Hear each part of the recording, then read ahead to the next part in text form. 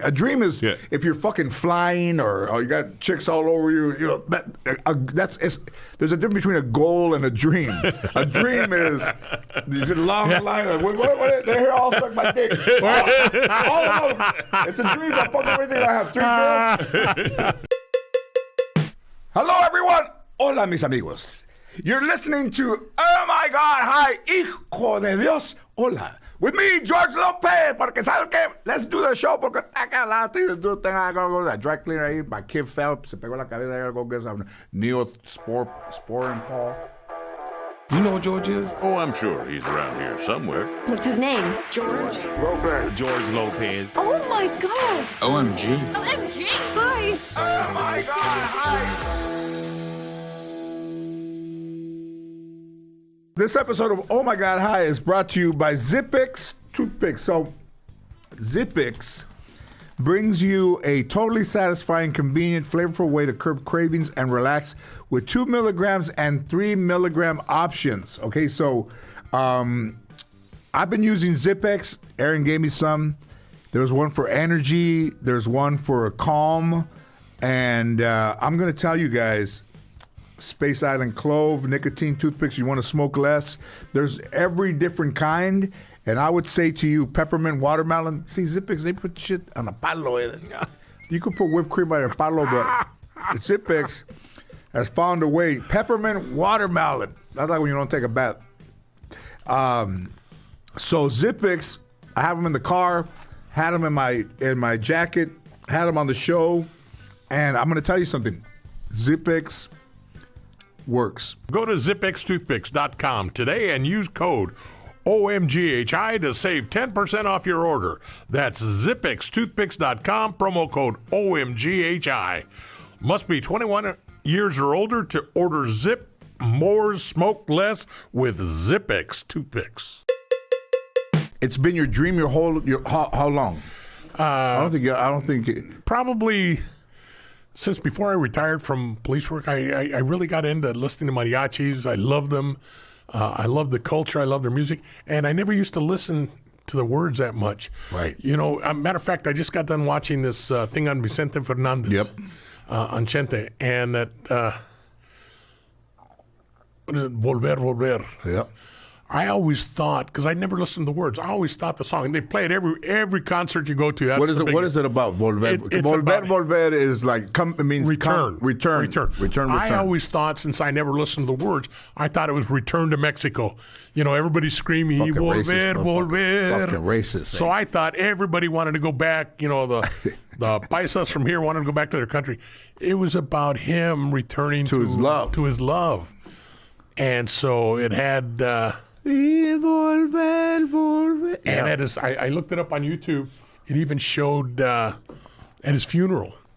His wife, Cuquita. Yeah. Cuquita was right there. Still looks nice.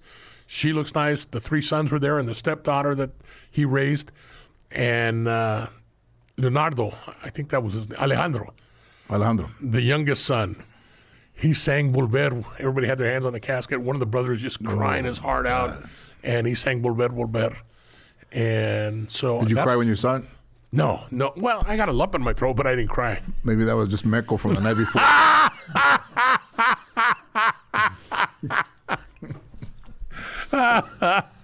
But... One time this guy I said, hey, this big dude, I said, why don't you be my security guy, man? Oh, man, I'm a lover. I'm not a fighter. I said, all right, well, if somebody attacks me, you can blow them. How about that? Pretty good, eh? Pretty good. What about Aaron? Pretty good, Aaron. Get back and just take about. Oh my God, I'm leaving. Yeah, I think I think Vicente Fernandez is. I mean, there's some great Mexican singers, but they're so. The history of that music is so rich. Pedro Infante, all these guys that you would Infante. Like rock and roll, like you'd say Buddy Holly. Pedro Infante died, I think, in a plane crash. So there's guys that mimic the rock and roll, but then as obscure as rock was in those days, this music is still, I would say, obscure. and it's for weddings and funerals and baptisms. Nobody has it because mariachi's over. Because after the game, let's go outside and listen to mariachi music. But rich and a deep seated thing. If somebody, it's almost like when Scientology takes somebody that's kind of wants to be a alternative homosexual. They try to scare you straight. If you take somebody who's disconnected from their culture and want to know if there's any hope for them, you listen to mariachi music, and if they have no reaction, like Mayan hates mariachis, like clowns. People hate clowns. Mayan hates mariachis. Oh. And you see that they can't be turned. Like, I'm proud of who I am. Oh, yeah, they go in there, and you can't turn them. But, I mean, everybody, some of my I have mariachis on tour with us. They open pretty much anytime we can find them. And I can still remember Saturdays, Sundays, backyard parties, mariachis playing, the look on my grandfather's face, todo borracho, and my grandmother, and just that music being in the house, like always, and played audible. I played music in my room. Turn that shit. It wasn't even fucking high. It wasn't even fucking high. Yeah. That's why I think I don't turn the music up when I listen to it in the car, and I think that in the guitar, I can play without an amp. It's just years of somebody fucking saying, turn that shit off.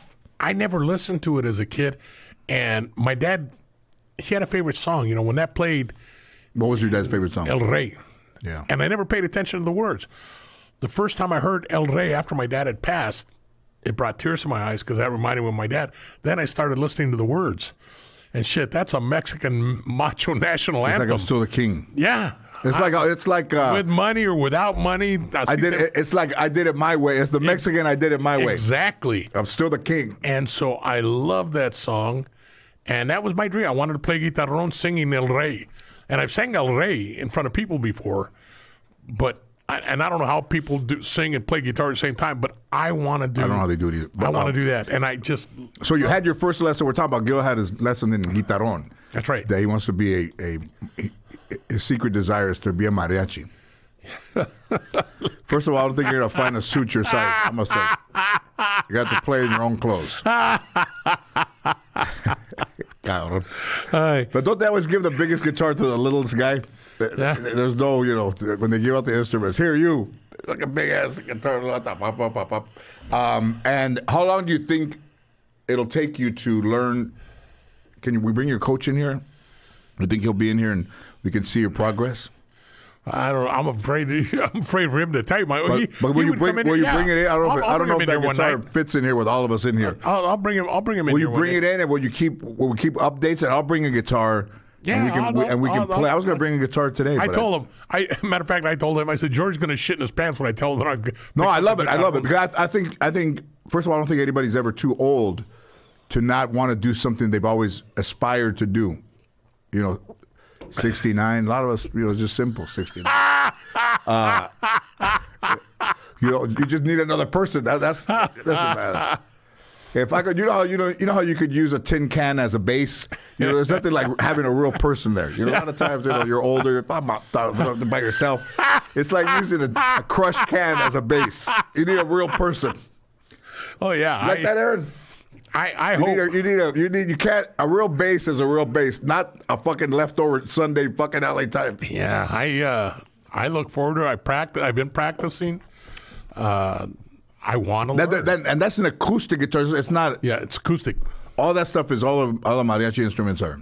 Yeah, it's acoustic. And I just. And does it make you feel like when you took the lesson? Let's say when you took the lesson, and the lesson was over because you already done something you wanted to do. A lot of times people would be like, they quit in the middle of the lesson. Man, you know what, man? It's too hard. It's the first lesson. When you got in the car, how did you feel? I could hardly wait for the next lesson. There you go. I could hardly wait for the next lesson, and I could hardly wait to practice. Right. Here's your homework. Practice this. Right. And I could hardly wait to practice. Yeah. And I was only stymied by Thanksgiving Day being in the middle, the kids around. Yeah. If not, even today, I was out before I left. And did he give you, yeah, I know, man, because, it's there's a satisfaction in going down. Now you're going down that road. and you're only playing for yourself. But also, wouldn't it be great to play that for Pearl?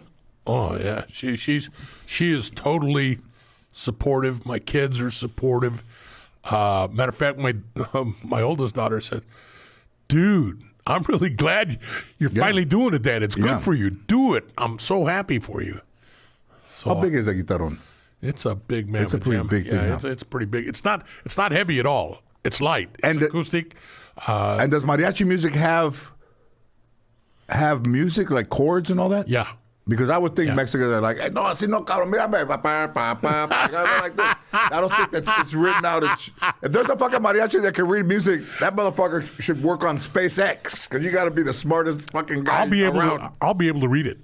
Incredible. I can't. I'll be able to read it once I learn what the notes are called because I'm looking on YouTube a lot. God bless YouTube. And YouTube, like I called him in maestro the other day. My maestro, he's telling me, okay, this is an A, this is a G. And I'm seeing And A, are they G, like guitar? D, Do E. they resemble guitar chords? I don't know because I don't know anything about chords. I don't know anything about guitar chords. I've never played the guitar, don't know anything. And there's no, on guitars you have the little, whatever the little dots are called. Yeah. Okay, you don't have that. The frets. The Aaron, what are the dots called? frets are the little Fret bar. markers. Yeah. Okay, you I don't think have there's those. a real name for them fret markers. You don't have those on a guitarrón. Oh. It's all sound. But and it feel. doesn't have even the things that separate. No, there's nothing there. What are those called, Aaron? Those are the frets. Oh. The little bars. No wonder I'm not learning fucking guitar. Those are the frets. It has no frets, has no dots. Mine in the neck says cucuy. And it's just wide open. It's like driving in Korea. No fucking the chinitos out there. No, and Alhambra. No lights. You can go on the other side of the road. They don't give a shit. There's nothing there. There's nothing. Like frets hold you into number 5, 7. Like you start to read charts with the guitar. That I'm looking at YouTube, it'll be 5, 3, 5, 7, 5, 3, and then if you know it, you can see how they put it together. But it's primitive. Do you ever look at the tabs? Oh yeah. It's primitive, right? Yeah. But it works. It's primitive, but it works. And if you start to do that and start to get good at that, you can look at anything and say, "Oh shit, there it is in front of you." It's a schematic, like an understandable connect the dots. Almost like painting by numbers when you're a little kid, and you start to do that, and you start to hear it, and the faster you can go. But a tab is different than a chord. Yeah, what you're going to see, they have chords, F major, G major, whatever their chords are. Because I haven't gotten into that yet. What I'm going to have to learn is those chords, those majors, Right.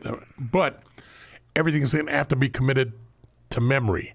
Yeah. Where they're at. I just got to feel to watch those guys, bum, bum, bum, bum, bum, bum, to move the fingers. It's kind of polka too, right? It says by polka.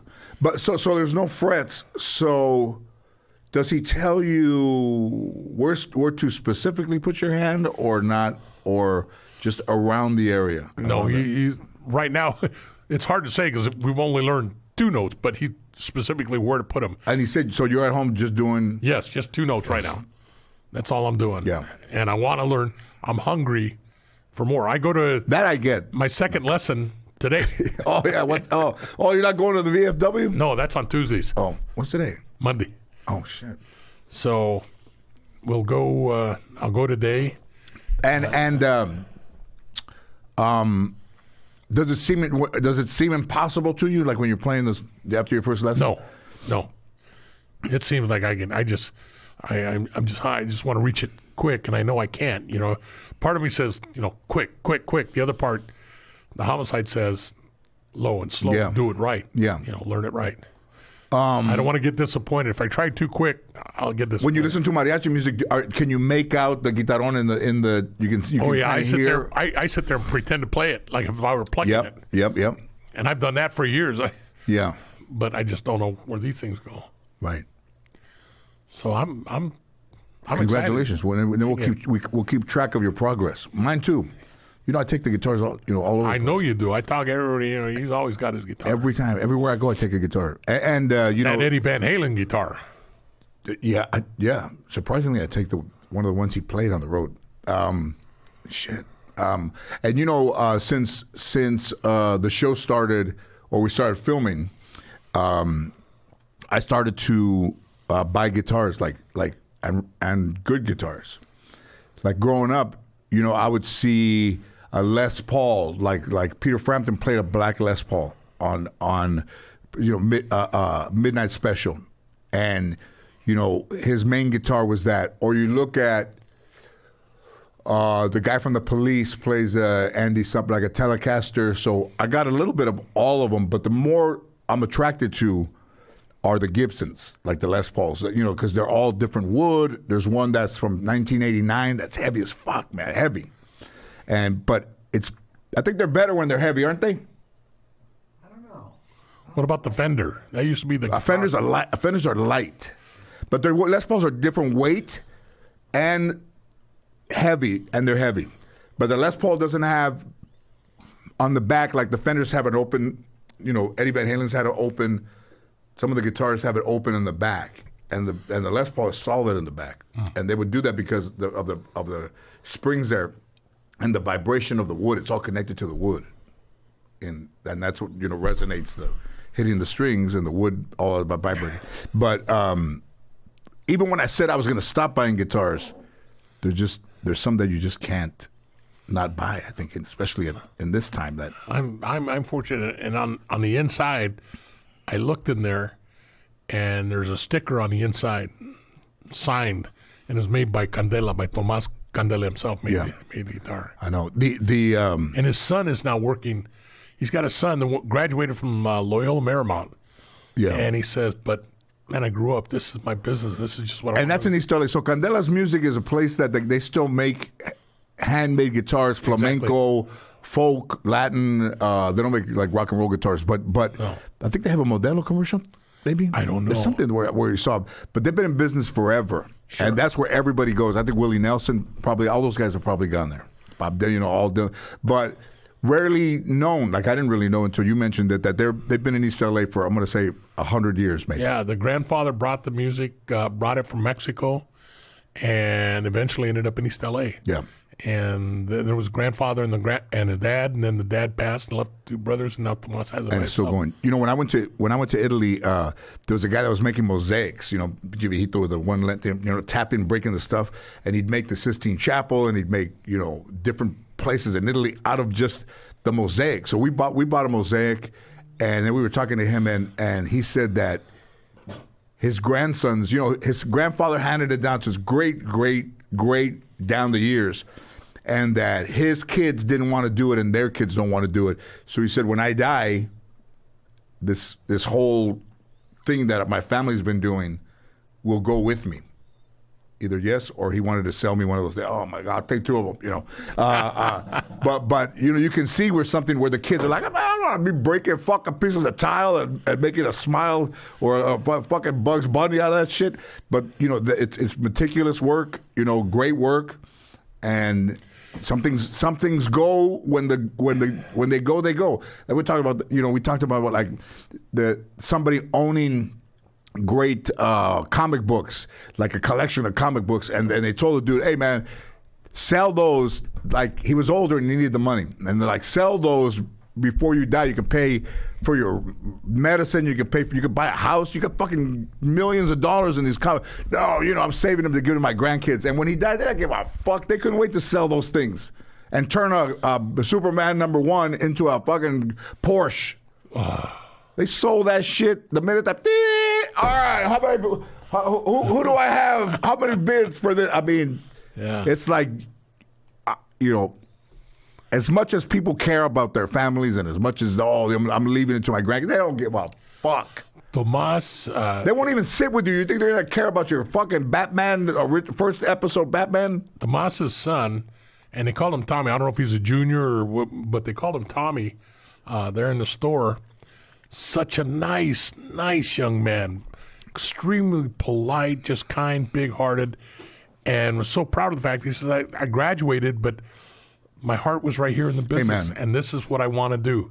And he was back in the back working on making guitars. Amazing. It's not an easy thing. Like, If you look on YouTube, Willie Nelson's guitar. What did Willie Nelson call his guitar? Fucking Trigger? Yeah, Trigger. So Willie Nelson's guitar, Trigger, like that thing, and when Stole the name from Roy Rogers' horse. I think, right? And when you see it, it looks beat up, but it's also been repaired more times than I think I don't even want to say. But it's been worn down and repaired by somebody, and the guy that repairs them does a video about it showing up. Here's Trigger right here. He showed it, and you see the holes. I mean, there's holes in the wood from rubbing and all the years of playing, and how he fixes it and gets it back. And there's only one of them. Only one of the ones that Willie Nelson uses. So, I mean, that guitar is famous for him, and then a musician will be famous for certain things. I remember when I went to go see Aerosmith in 1979 at the Coliseum, the singer Steven Tyler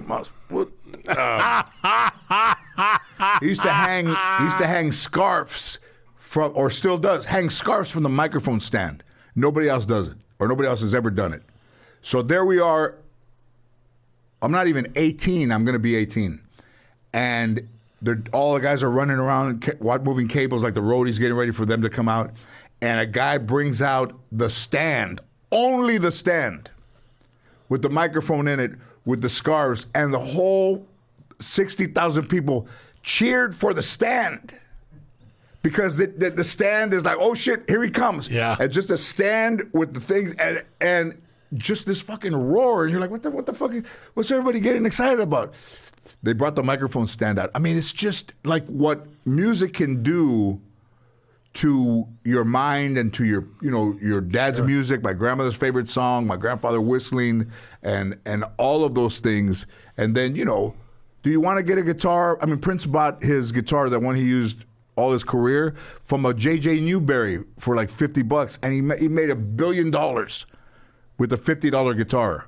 But to him, he even told me, that's my baby right there. I said, hey, where'd you get this? It's Horner. Horner makes the harmonicas. They make guitars, and it's not. It's a it's a knockoff of a Fender Telecaster.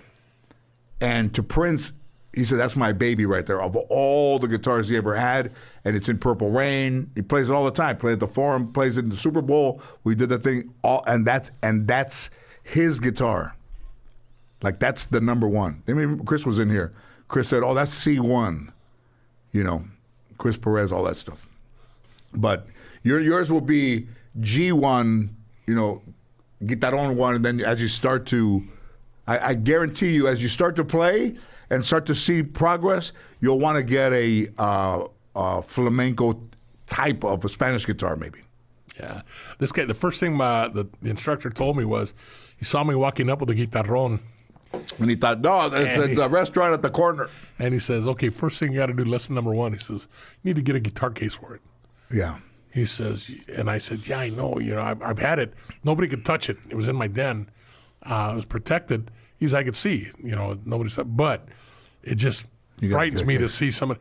So next morning. It's like a kid in the car without not being in the car seat. Yeah. To a guitar lover. They'll be like, are you out of your fucking mind? Put that thing in a case. First thing I did the following morning was go buy a guitar case for it. Where'd you buy it there? At Candelas. Yeah. Hey, sold. Yeah. It was the last one they had. He said during the pandemic, the people that used to manufacture his stuff, they went out of business. It was the last bass guitar. Amen. Last guitarron case he had. And the guitarron itself is not heavy. But the case is heavy. But the case is heavy. Shit. Show me a picture of the guitarron on your phone. I don't have a picture of it. It's in my car. We leave. Oh, we have to bring it in here. Why did I but also, in the, that dude Hanky, this guy Henry Rodriguez, that ended up, I think I talked about him here. He had a Spanish flamenco guitar. So the Candelas, I looked at it, and he would walk with it, holding it in his hand, and then he became this great rock musician. Like while we were in high school, we went to go see him, and he had lost all his weight. His hair was long. He played like Jimmy Page, and he was in his room already. He was kind of a loner, he wasn't an athlete, and I wonder if Hanky's still around, man. Just have to see if we could get this guy in here, Hanky. Henry Rodriguez, Hanky from Mission Hills, right there on Burn. Hey, because I don't know whatever became of him, but the last time we went to this house party in like Mission Hills or Granada Hills, and Hanky was playing, and he was playing Dazed and Confused with the bow like Jimmy Page, and the song the same had just been out, and he would go dun, dun. I mean in the backyard. I mean Van Halen played in the backyard parties in Pasadena.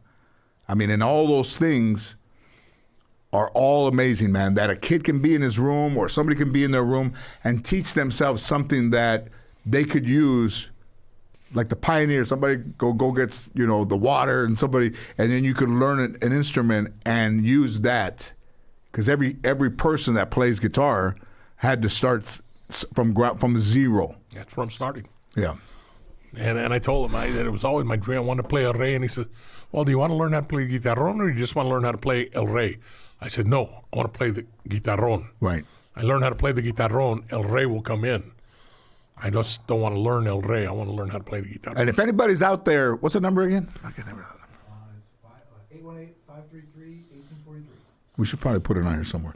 If somebody's out there and they are starting an instrument or starting something that's unfamiliar to them, send us a video of what you're working on, and we'll put them up right here and we'll look at them. I think it'll be there good. You go, 818-533-1843. 818-533-1843. Also, if you ever banged one of your mom's friends, you can call. I always love those stories. The mom doesn't know. What's Devin doing here? I gotta tell you, what is she doing here?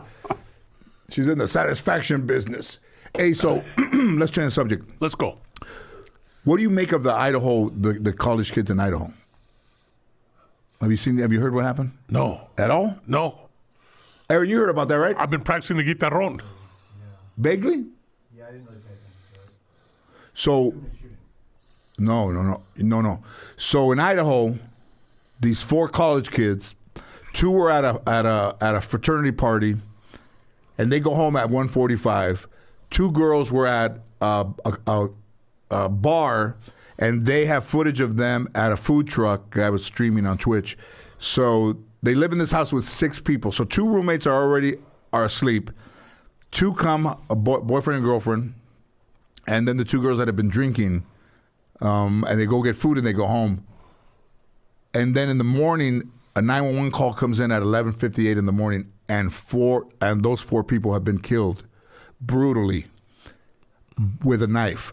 And it's been 2 weeks. 2 weeks ago yesterday, Sunday, and the police have no clues, or I can't say that. I don't want to say they don't have any clues. They have clues, but also what the crime scene was one of the most devastating, one of the craziest crime scenes anybody's ever seen, and yet in 2 weeks they haven't been able to. I don't know if that's a long time or not, especially now that they expect you to catch them tomorrow. And now you have internet sleuths going in there, and you have everybody going in there and reporting on it.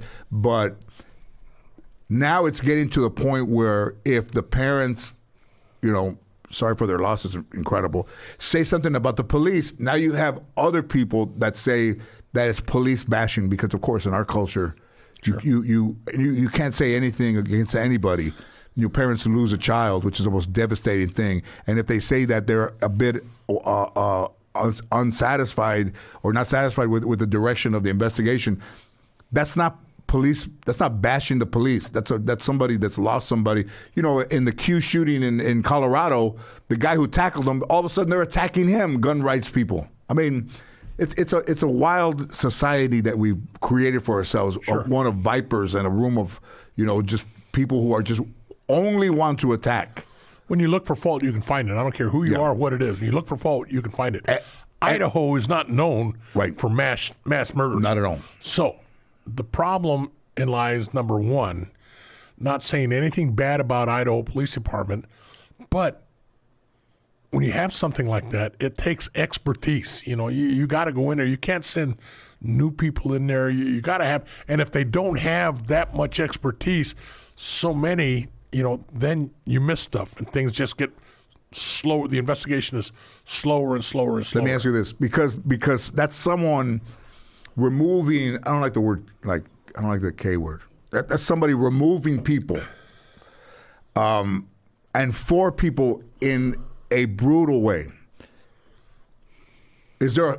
I would say it can't. I would say it wouldn't be a college kid because you gotta really be deranged to do. I think.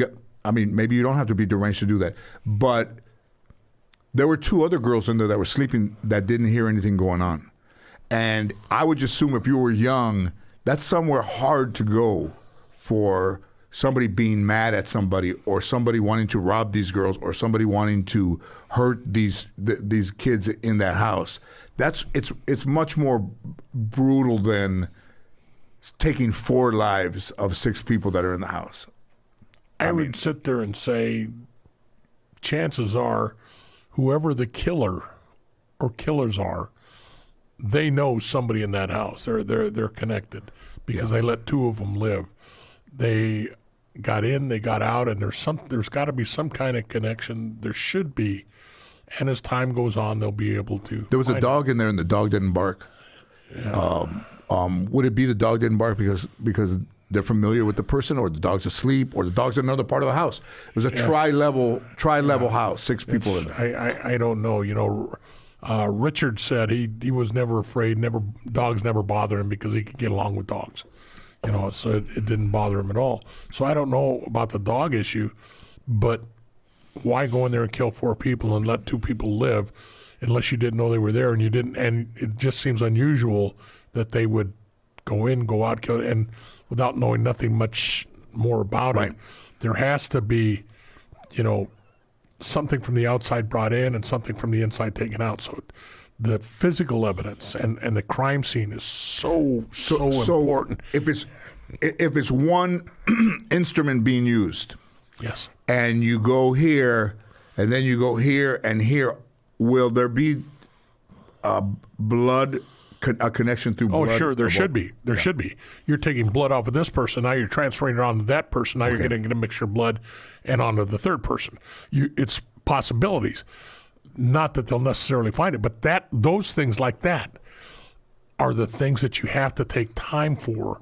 That's what I think they're doing. You know, and I've sat there on a single murder and on an inside crime scene, you know, where we spend 8 hours on a single murder just studying and letting the crime lab do their thing, let them do their work before we go in and start looking. If that's around. what it is, I think the police should say that, you know, because there was defensive wounds on, I think, 2 of the 4. So there would be most likely that whoever did that, would they have cut themselves maybe? They very well could have. You know, slinging a knife or a sharp instrument, somebody's got to have some kind of defensive wounds. And if there's a defensive, someone puts any kind of a struggle, well, then there's a good likelihood that you're going to have a cut, a nick, or something on you where you're going to leave something physical behind. You just said something, though, that struck my mind. The police should have said something. There's a recent case, the kid that ran over the academy class, you know, a couple of weeks ago here in Whittier. Yeah. And he was in shock and, you know, said he fell asleep. He gave and my daughter watched the interview with him, as I did. I tape recorded. I wanted to see what he had to say. And my daughter was saying, yeah, but why didn't he say this? And why didn't the cops say this? And I said, dear, hold back a little bit, you know. Why do you have to know? Is there a need for you to know? Right. You have no idea what's going through his mind. You have no idea what's going through. Is it really necessary? You got people hurt, somebody may die, and you know who did it. Now your job is, if you're a cop working at his investigation, pull the evidence together and make him, or you're also obligated to clear him if it's not an intentional act. Right. And this young kid is not under any obligation to tell you anything. I'm surprised that he went on the news anyway. Right. So you just have to take that into consideration. What you just said, why aren't the cops saying anything? They're not obligated. But they should. Well, they should say, well, we can't answer that because it's part of an investigation. Sure, they should. Some kind of response. Yeah. And that's the trouble with so many agencies that aren't equipped to handle high news media attention. You know, these things that draw the attention. The shooting where the accidental discharge on the movie set. Right. Okay. They were saying stuff in the beginning never should have been released. Right. It's not necessary. They're not used to it. I'm not blaming them. I'm saying they're not used to this type of media attention. And so when you get someplace that is small, Bucktussa, Tennessee, they're not used to it. They're scrambling. They don't know what, without bad-mouthing them. It's a bad thing. It's just unintentional. Because there has to be footprints coming in and out. I mean, there has to be Sure. A door left open. I mean, if somebody's doing that and they leave, do they leave consciously being aware of making sure the door's closed? But also they have to touch something. And I can almost guarantee you the first patrol cop in Idaho that got there and says, "Oh my God, look," and stopped. And then they put up this yellow tape. But how many more cops went in there to take a look? Yeah. You can't do that. You can't have anybody go in there. No, and they don't understand that. We're cops, we can go in. They don't understand that's a problem. I think that. And not only does that happen there, we used to have a guy that worked with us, John Yarborough, was a homicide investigator, wanted to know how many people had stepped into this AM/PM gas station. AM/PM, there was a robbery, and a guy had been killed. And so he got there and he talked to patrol deputy. He says, "How many people have gone inside that store since this incident?" He says, "Sir, myself, my trainee went in there, paramedics went in there, pronounced them dead. They came out. Nobody else has gone in." The store video camera shows 23 people entered that crime scene. And that was here. Yeah. Damn. Where you're supposed to know better. And who belongs in that? So let's say it's been untouched. When 911 call first came in, and now people are going over there. Who belongs? Does a uniformed police officer belong in that room? No. And there's a picture of one standing in the stained glass, standing inside of the sliding door. No. A uniformed cop, detectives. Forensics belong in there.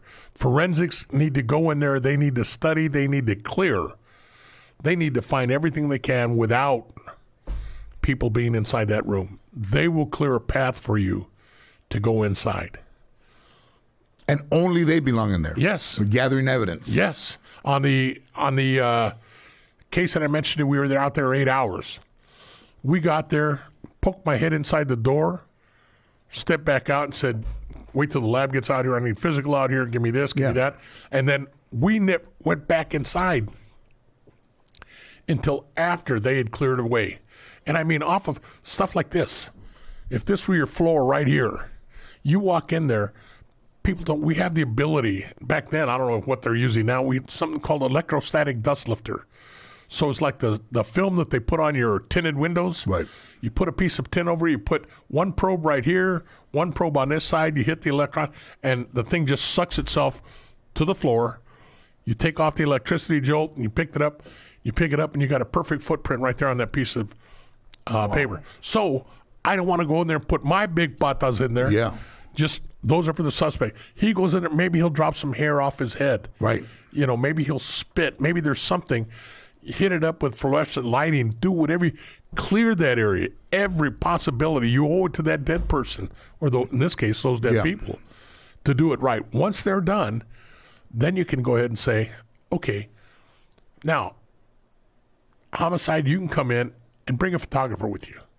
So now you got the criminalist, a photographer, and a homicide cops. Nobody else has to go in there. Well, I think once you're done, then you call the coroner. Coroner doesn't even belong in until you're ready to move the bodies. Then he goes in and he removes the bodies. And they are over here. They're extremely careful with the way they remove the way they wrap them. So any evidence that's on them, so it doesn't get blown away, doesn't get moved, to get it back to the coroner's office. Right. And that's the way it's got to be. Because I think, well, there's a ton of officers there, and there's one standing in the doorway of one of the rooms, looking outside. I mean, you'd say that guy doesn't belong. John Benet Ramsey, same thing. Tons of people went in there. The news media got to go in there. The neighbors got to go in there. And you can't. And once you do that, everything. How long does it take for blood analysis to come back? Depending on how busy they are. There was a time where it would take blood analysis to come in. DNA would take, anywhere from 2 to 3 months. Now they can do DNA returns rather quickly on a priority. And then a shoe print or a smudge or, some of that person's DNA. 'Cause Yeah. I think that house was known as a house that people would go. Oh, well, if you're in college, every place you live is a place where people go and party. Sure. But it doesn't look like robbery or sexual assault was an issue or robbing anybody. They're college kids. So Somebody's angry. And they just, and if you have that understanding, there's a reason for what they did. They find out and, that throw the pebble in the pond and then start with the closest ripple. So learn victimology about the people you got in there, and that'll lead you to your killing. where do you think the person who did this comes from? I think somewhere from around there, either that or a college student. Because you have to know coming who's from in. out of state. It's not random. No. You have to know who's in there. Yeah. I would think, knowing minimally, I would think that, and this is all speculative, I would think that somebody knew what was going on. Somebody knew the people that were in there. This episode of Oh My God Hi is brought to you by Zippix Toothpicks. So Zippix brings you a totally satisfying, convenient, and flavorful way to curb cravings and relax with 2 milligram and 3 milligram options. So there's one that had like energy, cinnamon one I put in my mouth. Also, when you were growing up, if you saw a guy with a toothpick, you know that he got a lot of good joint. He was always relaxed. Remember when massive vape clouds, ashtrays, and dip spit were awesome? I don't think so. But hey, you can do this on the plane. You could sit there and you can have this in your mouth on the plane, and it's to relax. There's different ones here. There's some nicotine that you want to stop smoking, which everybody is trying to quit smoking. And somebody who hasn't quit smoking is somebody who just hasn't tried Zippix yet. That's what I would say. Instead of a toke or a smoke, put a palo in your mouth. It's less messy. It's a subtle way to curb cravings with Zippix toothpicks. And the best part is that you can really use them just about anywhere. It's the oral gratification and amazing flavors that will keep you coming back to Zippix. They only sell their toothpicks online, making them one of the most effective alternatives available. Also, if you need a boost of energy, try their Energy B12 and caffeine toothpicks. It's a very easy thing to have around. I put them in my shirt pocket, and they were great there. I used them, the energy ones, and I'm going to tell you, I thought it was a brilliant idea when he showed it to me, and I've used them for 3 weeks, and I think it's still really, really great. You guys have seen us use Zippix on the podcast. Now it's time to find out for yourself. Go to zippixtoothpicks.com today and use code OMGHI to save 10% off your order. That's zippixtoothpicks.com, promo code OMGHI. Must be 21 years or older to order. Zip more, smoke less with Zippix toothpicks. Hey, look who's here. What's up? You zip through traffic. What's up? What's up, I Alonzo? can't even blame nobody. How you doing, bro? What's going on, brother? Good to see you, man. What's happening? Man, it's been a long time. It has been forever. I'm sorry, man. That dude is solid as a fucking rock right there. Remind me a lot of me. That dude is solid as a rock. Solid. What's up, man? Do you do a podcast here too? Yeah, all things comedy, but I do it at home most of the time and just come in studio when I do interviews. Are you familiar with this gentleman? Yeah. Oh, yes, sir. Yes, sir. You're a lover of comedy? I'm a lover of comedy. I'm a lover of Alonzo. I remember when years ago when we first met, and he was over at Stephen's Steakhouse. I was working the homicide bureau. We used to hire him. And, I thought you were doing good. What you doing over there? Man, I'm laughing because I had Rudy on my podcast, and we talked about that. We talked about how many gigs at Stephen's Steakhouse, how many fundraisers and cop shows and this and that. I still get tickets. You know what I'm saying? Did you do it for the $11.99 license plate frame, or was your heart attached to it? Man, I did it for Rudy. Yeah. And you know, he said, you ain't got to worry about nothing. I was like, yeah, I do, Rudy. They remember you. They don't remember me. There you go. Right? that's not so. I remember you, brother. Pronounce your last name. Bodden. But do people get that when they... No, they don't. So I'll tell you the story behind that. My dad is from Honduras, which a lot of people don't know that. So, I couldn't really work the Latino angle. I look a little too black. But I am, But they're technically. Yeah. So the island he was from, you know how people talk on the islands, they're not going to say Bodden, they say Bodden.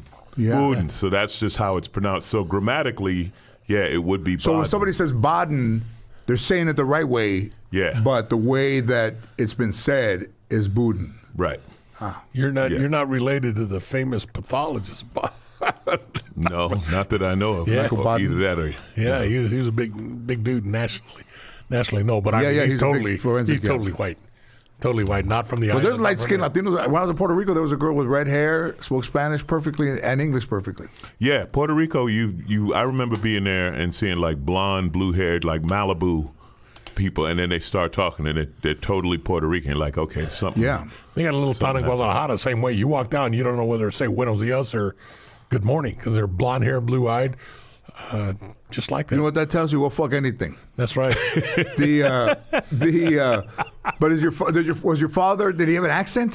He did. Yeah, he did. So him and his brother and his uncle came to the U.S. in like 1939, and the thing was back then when you came to the U.S. you didn't bring your culture, you assimilated, right? So they looked black, so they just moved right into a black neighborhood, and that was it. We were, it's like we were raised as black people. I'm sure if he came over now, I would speak Spanish and, everything else. But back then, whatever culture you were, you just blended in. Did you remember part of it growing up? Was there things in your house that were... The only thing me and my brother remember is how much rum my dad and my uncle could drink. Like, they could drink rum. Like, we'd be like, shouldn't they be dead? Like the two of them would sit down, literally. And, like, when you get older and you start drinking, right, as a kid, you're like, I don't know, 14, 15, you know what I mean? You're messing around and you realize what drinking is. And we would watch the two of them just knock out a fifth of rum and then get up and we'd be like, what? So that was the culture. That was the part of the culture I saw. Do you feel it in your body? Do you feel any part of it in your body? Or no, I mean, I respect it now. We actually learned a lot more. Actually, we learned a lot of it after my dad passed away. We kind of, going through the house and going through the stuff, we found all of the paperwork of like their immigration and pictures from back then and stuff like that. So we learned more about. He took us once down to Honduras to meet his mom and to meet the family that was down there. So, and then I went down there again with the USO, but I went to a different part. So there was a connection, but not like a real connection. You know what I mean? Not close enough to really feel it. Now, going beyond that, on Grand Cayman, there's a town called Bodden Town on the island, and that's where the family's from. Wow. So I asked my mother, I said, hey, shouldn't we have something down? And she's like, yeah, you did. Your great uncle swindled your grandmother and sold it. Like they had land down there. But again, this is what was being done back then. But and then my brother met, talking about white guys, he met a white guy named Bodden. And the guy said, I got a story to tell you about our name. And the guy said, what happened was pirates came down to Grand Cayman, and that's where they stashed everything. And that's how Bodden Town got started. And then the pirates, just like you said, will fuck anything, right? So they just started fucking with the island people. Yeah, they started fucking with the island people. Motherfucker be like, hey! And that is the history of the name. That's the connection. Do you like Pittsburgh, the baseball team, or they're like Pirates? You're like, for some reason, man, they've been my favorite team. But yeah, that makes sense. I mean, think about that. Back in the day, that pirates would come in and yeah, the islands were where they all hung out, right? They would hang out in the islands and they would rob ships coming back and forth to the U.S. That was, that was their thing. So yeah, I wonder if that's where it started. Blow me down, laddie. Yeah, blow me down. I think if I had a lot of money that I stole, that's what I'd be yelling. Blow me down. So that's the history. Interesting, man. But you know the thing that's crazy in that is that, like what he said, is that you come here and you can't bring your culture with you. The people that went to Ellis Island and landed, they changed their names to to easier names they could pronounce. Right. They could say, "Okay, you're this," and they write it down, and you're that. And you can't. You're right. You can't bring your culture because they want you to assimilate. But also, assimilation doesn't mean you don't have to, Well, I'm doing just the opposite right now. My culture, I grew up here. It's all American, all English. Now I want my culture back. So now I'm learning the guitarra. Now I want to learn this stuff. It's all about. He wants to be a mariachi. He wants to dabble in the music, in mariachi music. Oh yeah. So he's got a big guitar, A guitarrón. and a guitarrón, and he has a second lesson tonight. Okay. Taking lessons. I'm gonna Cool. learn. Congrats. Yeah, I'm going to look like an Alonzo in a mariachi outfit. Hey, To me, they all do. that's why I call bullshit on all these white people who are like, go back to your country. It's like, you're illegal. It's like, listen, when your grandfather came over, there was no paperwork. He came to Ellis Island and they said, your name is Jones, and you walked into New York. You don't know who came over. You know what I mean? Like, it's not like your family came over here speaking English with a full-time job. The whole idea that anybody would say to anybody, "Go back to where you came from," is just ridiculous. It is, and it tells you about what perception someone who has lighter skin thinks about somebody who has darker skin, when they're all the same. Absolutely. They're all the same. I was down in Panama for 2 weeks teaching down there, and that's the way it is down there. There is no difference between dark skin, white skin. Everybody's Panamanian, period. Right. They're together. There is no racial, you're better than me because you're light, white. It's really beautiful. I saw a guy that looked like Michael Jordan in his prime, and he was fucking Haitian. I was like, that motherfucker looks. He was 5'6". That's not Michael Jordan, but he fucking looked like Michael Jordan, a 5'6" version. And you're just like, man, that dude looks like, because they're all derived, man. Then the opposite is if you go somewhere, like I went to Ireland. You go to Ireland, you see someone black, that's my long-lost cousin. Yeah. I'm so happy to see, because those countries, like everyone, I joke about it, but it's like everyone in Ireland is Irish. They're all white. Right. They're all O'Reilly or O'Hannessy or whatever. You know what I mean? Like those countries, the Asia, when you go to Japan, it's like, yeah, everybody's Japanese. Any immigrant stands out. Where did the black Irish come from? From traders, shipping and Had to stuff be. things? Yeah. Had to be. The guy in Thin Lizzy, the boys are back in town, and all those songs. That guy Phil Lynott, he's been gone for a long time, but he was the leader of Thin Lizzy. He was black Irish, and My dad, they used to say, "Hey, Mexican, come here," and at work, it was easier to jokingly. listen. My dad would sit there and say, "I'm not Mexican, smoked Irish, just a little well done." And he died on St. Patrick's Day. You see Oh what- man, yeah, see that's taking a joke to the very end. I like that. I respect that. Like Red Fox. Red Fox was always like, "Oh, I'm coming to join coming to you." He fucking has a heart attack. Coming, Elizabeth. Yeah. I saw that you used to work during the day, Yeah. and one of the things I think that's great about having this podcast is, a lot of the people that have come in here have been younger comedians. So their frame of reference, or just their time that they have spent in this is different than somebody who would work during the day. Now some of them will never have a job other than what they're doing. Right. That's all they ever do is perform. And you can be good at home. You can just do shit at home, and be good at it and make money at it. What day did you leave your day job?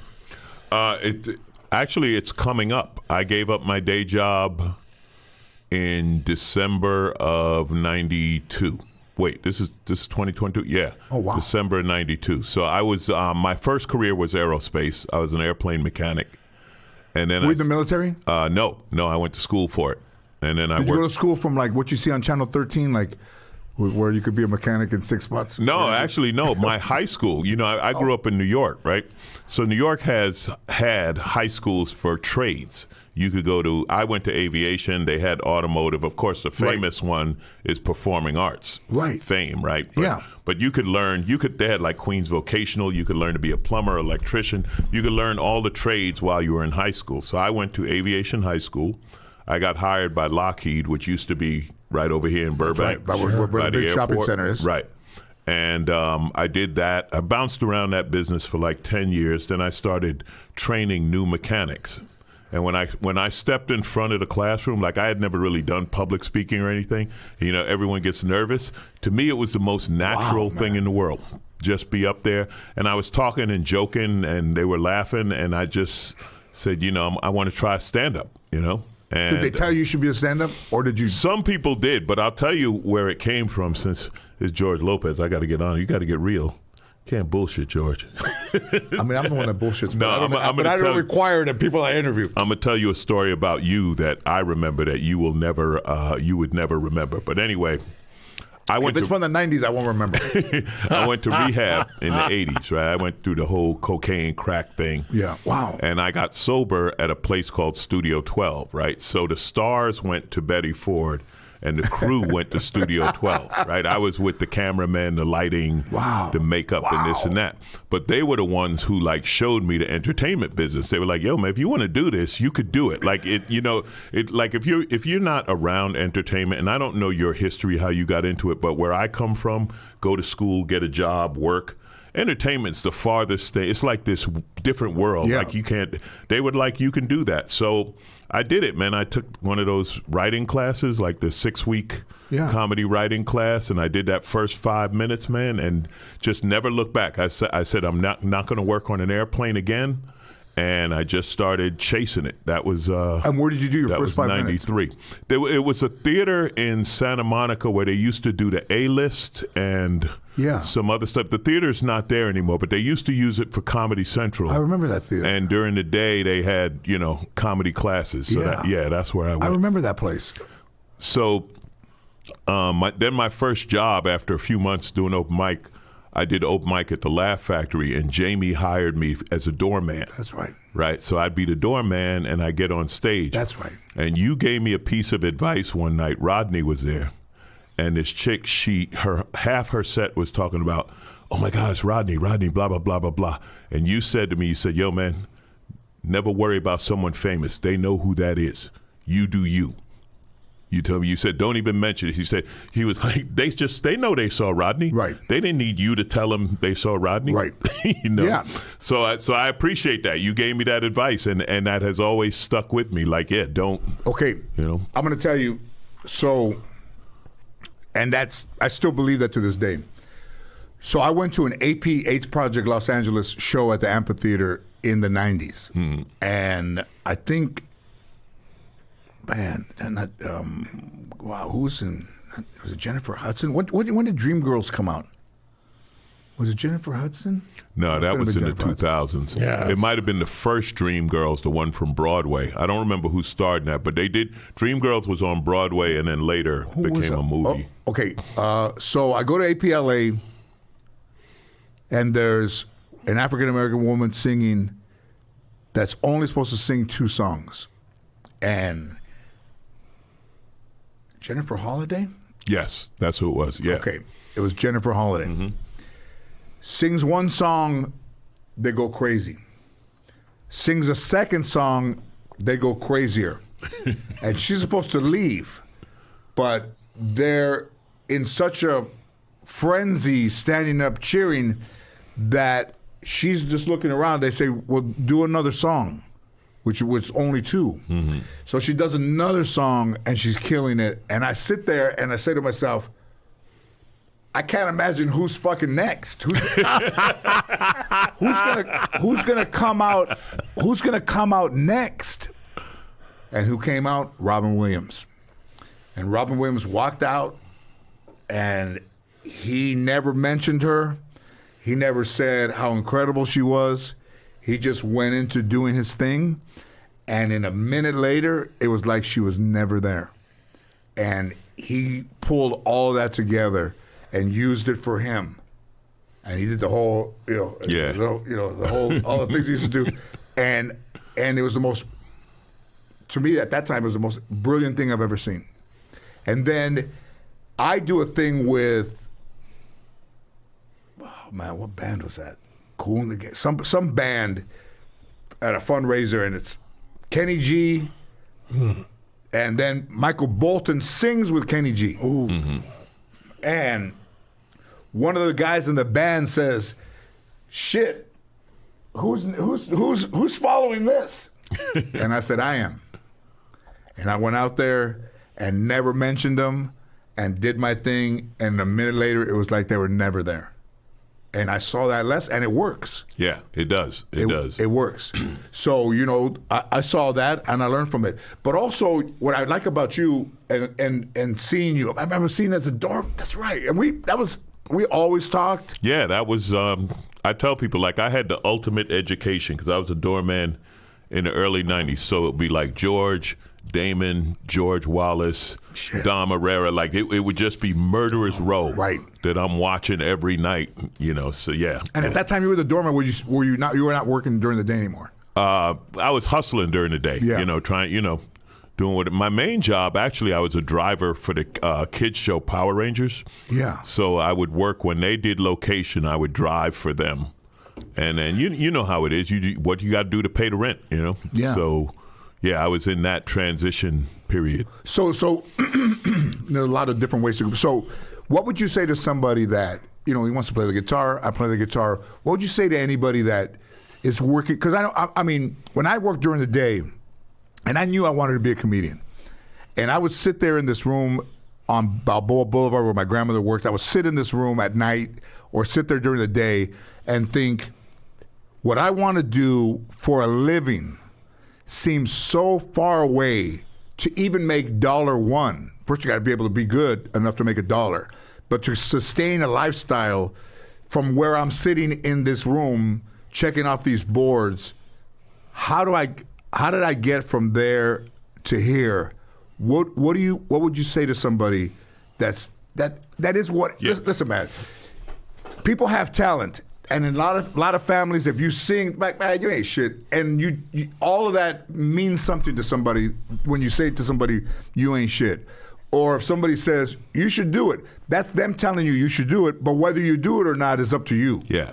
And you came up, we have a lot of parallel similarities in our lives. But what do you say to somebody that even might be watching, or they know, or, because I just like to know what you say to them about pursuing what they, and not even a dream. A dream is if you're fucking flying or you got chicks all over you, there's a difference between a goal and a dream. A dream is long line, like, what, they're here all suck my dick. All of them. It's a dream. I fuck everything. I have 3 girls. But, and the difference between a dream and a goal. Right. You know what I tell them? First thing I tell them is you got to love it.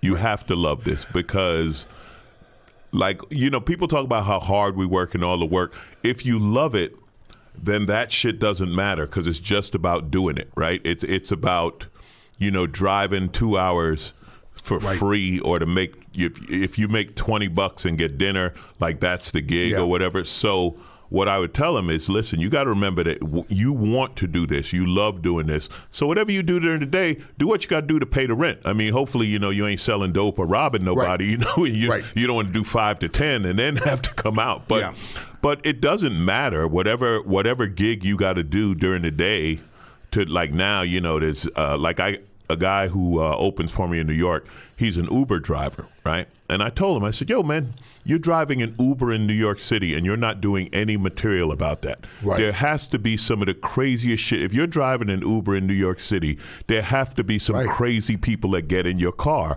You got to use that. You got to write that shit down and put it in your act. But do whatever you got to do to pay the rent because you have to love this to do it, man. We all remember making, when you were happy to make $50. Right.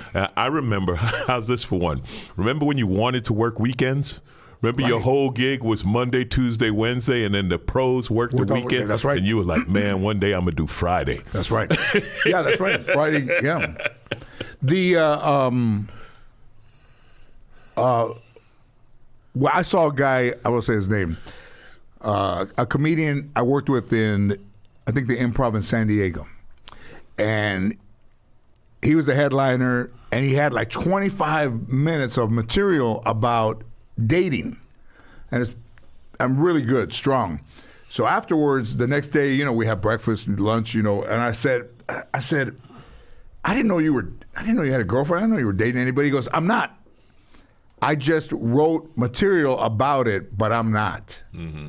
And I thought, oh, wow, man, that's different. Yeah. And then in '89, when I got that movie Ski Patrol, and I went and I broke away from stand-up, like I quit my job in '88. So in '89, I went into Ski Patrol, and I didn't work for a couple months. And when I went back, I had a different perspective. Like, it just seemed false. Mm-hmm. You know, like a guy talking about his girlfriend but not having one seemed false. And I thought, wow, do you want to really kind of seem false? Are you up here just to say things that you think they might laugh at, or are you here to say things that you think are funny and you're telling them? Now all of a sudden they're telling you what to do. You're not telling them.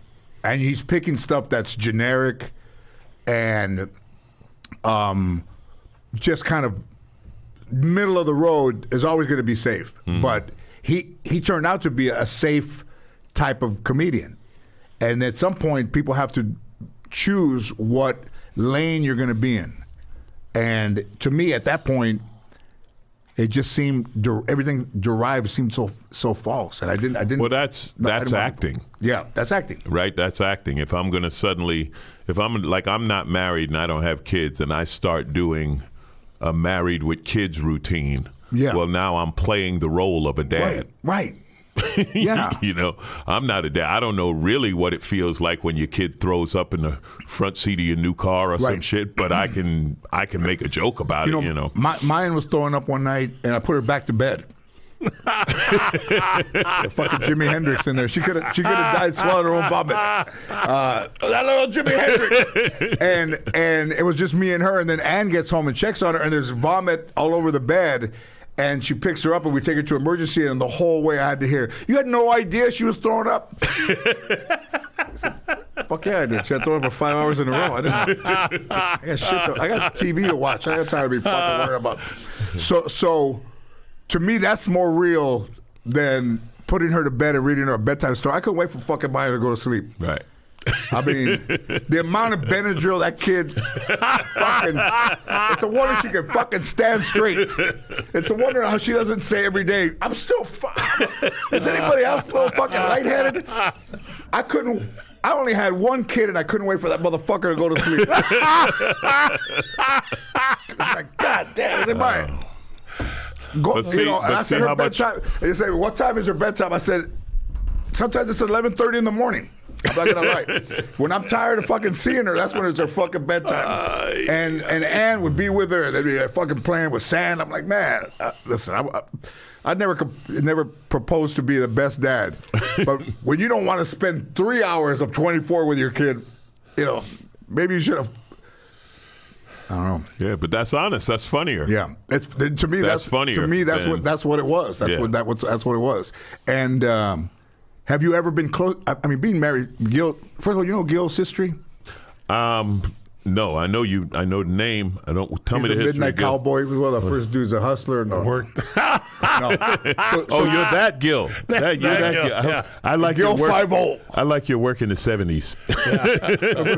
Hey, so Gil was a detective. He was a sheriff, and Gil, almost 3 years ago, the Night Stalker documentary came out.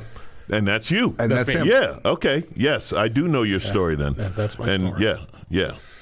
And he's about to tell you I've been married. 50. This day after Christmas will be 52 years. That's awesome. I respect. I have friends. One friend who I went to high school. They've been together for 42. It's a beautiful institution. Yeah. So I respect it. Like, it's never been my thing. Like, I am not a relationship guy. I never. The work involved, like when it gets hard, I'm like, yeah. But where do you think that comes from? How long were your mom and dad married? My mom and dad made 50 years. Wow, before they passed, they did 50 years. How long were your mom and dad married? Shit, I don't know. It was over 50, just a little over 50. Fucking hey, man. Okay. My dad died. No, it couldn't have been 50. My dad died at 65. And he might have been married at 13. And he was 25. He was 25 when he got married. My mom was only 15 when they got married, but he was 25. And he died at 65. So, shit, do the math. I'm not a man. Yeah, okay. So anyways, it might be, people think it's derived or whatever, but You No, man, well, one thing was I started comedy late, right? So I Right. started at 30, which in our biz, most people start in their early 20s, mid-20s, whatever. Yeah. So in that period where most people get married and have kids, that was my, man, I'm glad to make $50 tonight. Right. I'm glad to make, so I wasn't even thinking about, because I knew, like, if I got married, had a kid, now I got to get a real job. Now I got to support that, because that is what I came from, right? My dad was, the provider, and I mean, my mom worked too, but that's what you did. So I knew I didn't want to get that responsibility. But did you date? But did you date women that knew you were a comedian and they said, "Is this what you want to do for your life?" I'll tell you what's really funny about that. The girl I was dating when I did like my first open mics, when I first started, she said, I don't know if she's a prophet or what. She said, "This is going to be your wife, and women will only be your mistresses."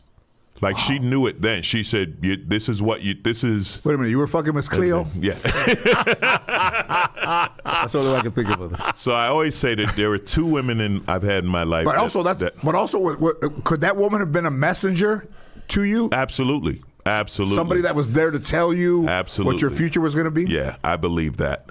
There were two that I came close to marrying. One,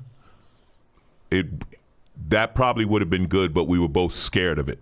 She lived in St. Louis. I lived here. It was like, am I going to move you to LA, this or that? It was the other one is the one where, whew, thank God I didn't marry that one. Right. So those were the two. So, but the one from St. Louis, like, we're still friends. We're cool. And it was funny. After a few years, I said, I was just really scared to ask you to move, like, to make that commitment. And she's like, I'm glad you were scared to ask, because I was scared you were going to ask. And I didn't said know. No. Right.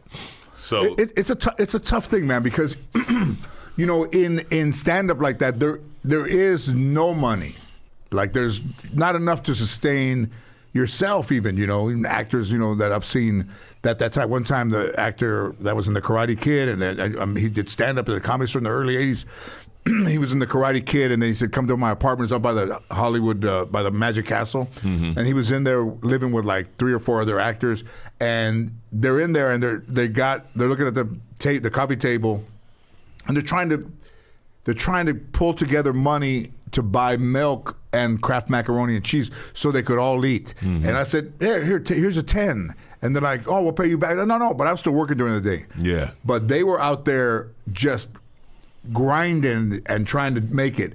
And when I saw that was a sign to me. I said, "Well, I don't want to do it like that." Mm-hmm. They think they came from other places and they came to L.A.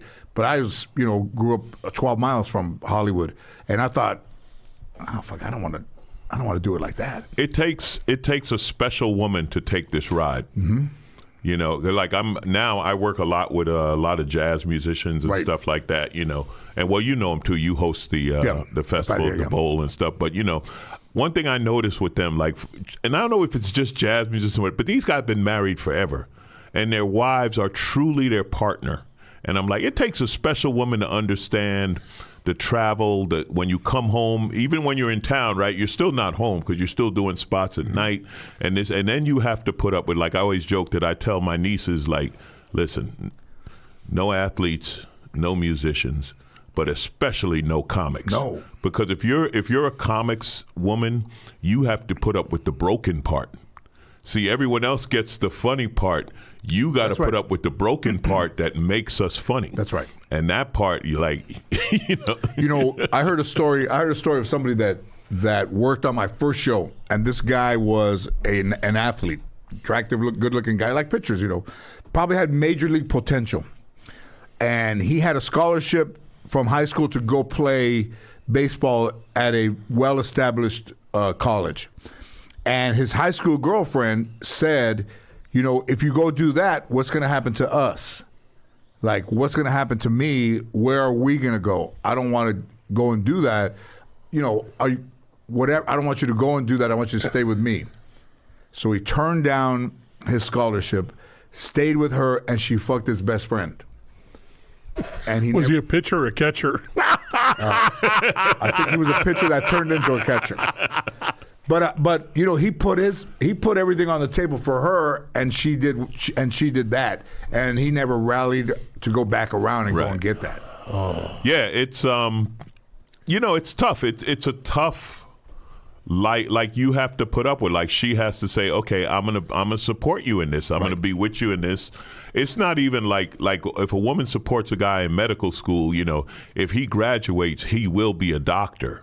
Right? But if you support a comic, you don't know where the career might go. It might go well. You might strike millions, but you may get the lifelong middle act. That guy touring the Midwest forever because he loves doing it. Right. And now you have to, you accepted that life. You signed on to that life. My marriage has survived only because of my wife, truly. You didn't have to tell me that, Gil. Even in the little that I know you. In fact, so you mean once a chubby chaser, always a chubby chaser? She just, at times, there were times she thought that I was married to the department. Working homicide, it's a tough gig. It's not a job; it's a lifestyle, and but also so she kept it together. If somebody says to you, whatever, I mean, you can say whatever gender, I don't know why you're doing this. You're just wasting your fucking time. All right, you're wasting your fucking time, and you're wasting my time. Okay, get over it. You're never gonna be what you want to be. Listen, I would just say I had a manager that was from a very reputable company, and they handled one of the biggest comedians that was working at that time, NBC show. And she told me on the phone, I would ask her about showcases because back then you would want to showcase for people. And she, listen, nobody yells. I don't really let anybody yell at me ever. But on the phone she says, you don't get it. Nobody wants to see you on the phone. And I was like, wow, man, nobody's ever said that shit to me. And then somebody wanted to see me. I got the Tonight Show in 91. Arsenio was in 89. And then I kept kind of making my steps and my way through. And in the late 80s, I would have to agree with her. Nobody wanted to see me. But that didn't mean that I didn't have value. It just meant that I needed to look at myself, I think, and see I was worried about what everybody else was doing. And once I changed to thinking about only, I'm going to do what I do, and I don't care what anybody else does. I think comedians also, like anything, fucking nurses, doctors, whatever, they ain't shit. You see it all. And the fact that, and the second that I let everything go of saying, unflattering things about somebody, and didn't worry about what anybody else was doing, everything changed. Yeah. For me, early on, my thing was always, how'd you get to the next level? You know what I mean? Like if I'm doing the $20, one-nighter. And where did you, give me your first level. Let's talk about L.A. and then on the... So L.A. it was the open mics. It was like there was a bowling alley in Canoga Park. There was a bookstore in Hollywood. There was a coffee shop. There was the back of a Cuban restaurant in West L.A. And then a lot of those East L.A. gigs with Rudy, the bars and the one-nighters. And those were good because those you started getting paid. Right. And so it started out with doing that. And then Tommy Davidson was probably my first big break. Tommy took me out with him, and I was opening for him for about 6 or 8 months, and that got me into clubs. That got, because back then, this is the 90s, so kids, you have to Google this. We used to have to send out tapes, right? Yeah. You send them VHS tapes out, and you thought that nobody looked at them. Then you had to call up and follow up. Nobody looked at them. Then you had to call up and follow up. So getting to go out with a headliner, they saw you live, which was a huge difference. And then that got me into being kind of a road middle, right? In B clubs and stuff, doing those gigs where you got to be off stage by 9:30 because the dancing starts. Fuck. And the show didn't fill up till 9:15 because that's when everyone was showing up for the club. They didn't even know there was comedy. Wow. So doing those Bob Zaney gigs up and down California, that's why I tell everybody when they talk about, you ever been to Hemet? Hell yeah, I've been to Hemet. Right. I've worked a one-nighter. So it was that, and then my big break was JFL. I got New Faces in 97. I was 4 years in, and I did New Faces, and I got a deal because back then they were doing that, and that's when I, quit the day job. But I always say that was nice as far as quitting the day job and stuff. But what happened was, that's when I got accepted as a comic. That's when you're not doing anything but comedy, Right. and the people look at you as a comic. They look at you different now when you come to the Factory or the Improv or whatever, because now it's not like, you're not like a rookie trying to get in. You're like, yeah, you're a comic. This is Right, sure. So that was my break in my early days. So they had a Just for Laughs. They still have it in Canada, where you do Montreal. You do Just for Laughs Comedy Festival, and you have to audition, right? They would come. Yeah. It was crazy how it worked. So you do a showcase in like March or April, and this is before the internet, right? So this is when New Faces really was kind of a secret. Like you didn't know who it was, right? And you wouldn't hear from them until like the end of June, right? And then they'd say, okay, you got New Faces, you're going to Montreal on such and such a day. But they were like, but don't talk about it. They didn't want, even though some people knew, but that was going to be, we're going to introduce you to the industry there. And that's where they would go. That's where they would go and watch and look for people. Yeah. Producers, managers, all of those people would be in Montreal, and they'd be wondering who was New Faces. Like, they put us in a separate hotel from all the regular comics and festival attendees and stuff, and then you do your show, and it was like, this is your debut. And I did it with Willie Barcena was on my year, Laurie Kilmartin, KP Anderson, some other people that I remember. But yeah, we just came out and you did it. I was fortunate that I didn't know to be nervous. Oh. You know what I mean? Like, I knew it was a big deal, but I looked at doing it as a set. Right. Right. So that helped me because, and you always remember. But were you the type of person that would get nervous, like that would pace or? Sometimes I would, yeah. Obviously being a new comic, you're going to get nervous, yeah. But I had this joke, right? And I said, I don't like hockey. Right, so you're in Canada. You say I don't like hockey. Exact crowd, boo, boo. And I was like, shut up. I don't like hockey because the only thing black is the puck. I said, but golf, on the other hand, right? So that was a joke. Yeah. So my manager comes running down after my set, and he's like, "You're about to make a ton of fucking money. A ton." And the key word is ton of fucking, because when you told the crowd at New Faces to shut up, everyone stopped, looked, and said, "Who is he?" Because I didn't know I wasn't supposed to. You know what I mean? Right, like, sure. as a comic, when the crowd starts booing, you're like, "Fuck you." But I, I'm not thinking like, right, no, I'm not supposed to do that. You're supposed to do what you do, yeah. Thankfully, my comic instinct or whatever it was worked in that moment. And then I did a different set the second time, and people were like, wow, you did a different Nobody set. does that. And I'm thinking, it's 5 minutes. Like, I got 10. Yeah. Yeah. I got 10. I could do 5 in a different 5. Again, my being naive helped me. It helped me because I did stuff that I wasn't supposed to do. And that's when they recognize you, right? When you, like you talked about the guy being safe. Right. They recognize you when you take a chance. But to me, I was just doing what I do. I didn't even think of it as taking a chance. And I think the other thing that helps is if you start in LA or New York, the bar is so high, you learn fast because you're around the best. Especially back then, LA was where all the best comics were. New York hadn't, like now it's New York, Yeah. But, so, that's how it happened. Dinosaurs roamed the earth at one time, and there were pterodactyls, all this. So I go back in comedy so far that I remember Gary Shandling before Gary Shandling was Gary Shandling. Mm-hmm. And I remember Howie Mandel before St. Elsewhere and all the things that he did. And I remember David Letterman when he drove a red truck and was at the Comedy Store. Belzer,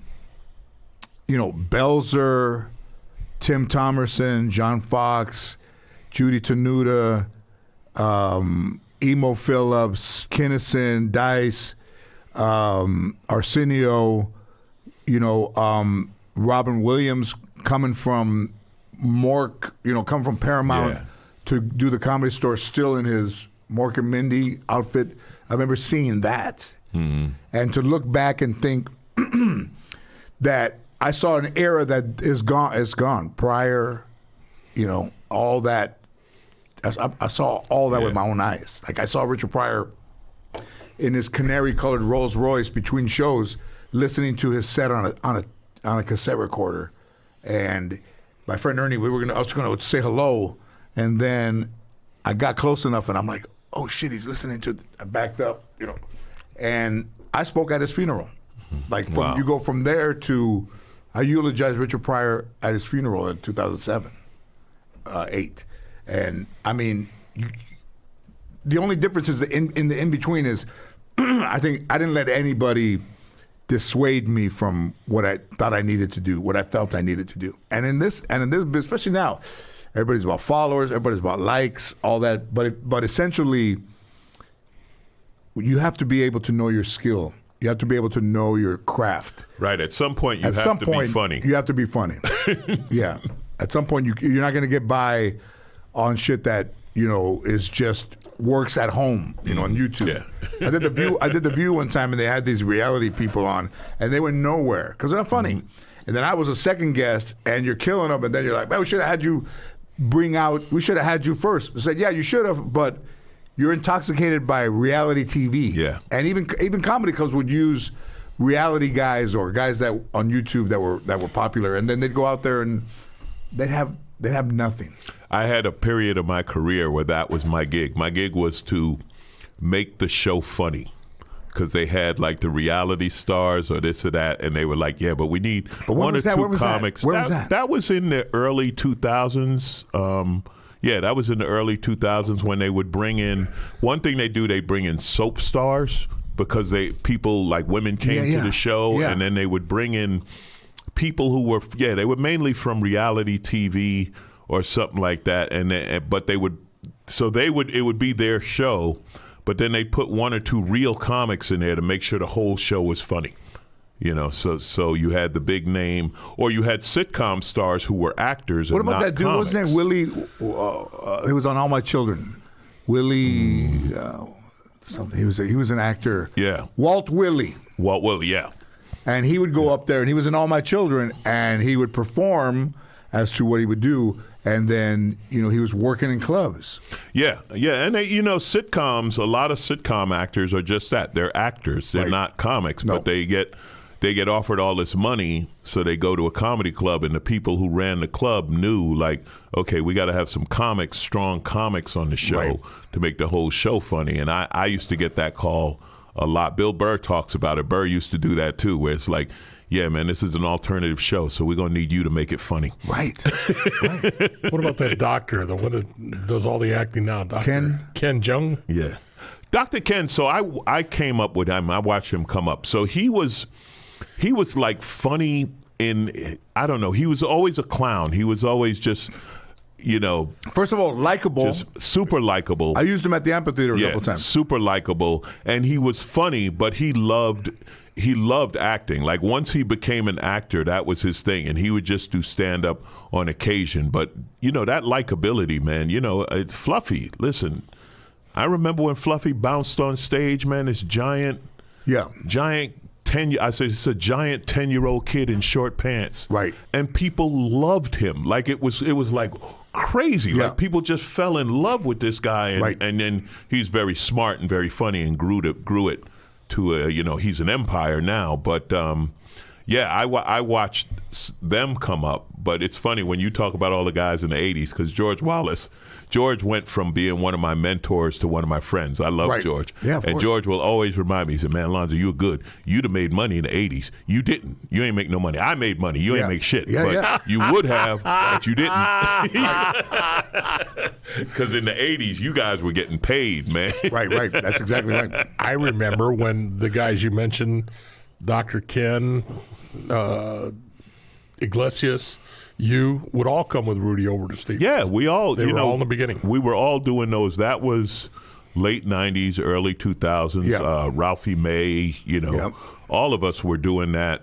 We were in that early club phase, right, where you just start maybe headlining, or it would be like you would come to the Improv and do Friday, Saturday, right, and I would be your feature, but I headlined on Thursday and Sunday, right, exactly, yeah. That kind of thing. Yeah. We were all in that world and finding our legs, finding our names, And then and then guys got breaks. Like with Ken, it was when he did Knocked Up.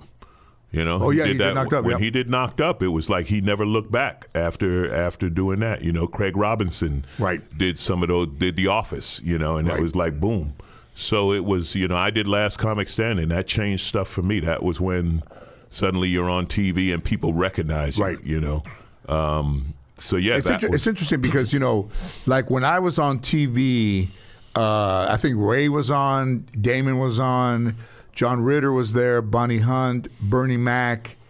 A lot of you dads were on. A lot of dad pollution. And I mean, I would have never thought I would have had the first show, but also, every day a page turns to the past. Every day you get, you can be something one day, and gradually, if there's nothing to anchor to, those pages keep turning, and then they reveal new people. And when I did the Tonight Show with Jimmy Fallon, like a month ago maybe, for the new show, and as I was standing there and they were ready to bring me out, I remembered standing behind the curtain in Burbank with Johnny Carson, and I thought, when I was behind the curtain in November of '91, did I believe that in 2022 I would still be around? I would have to say no. I would have never thought that far ahead.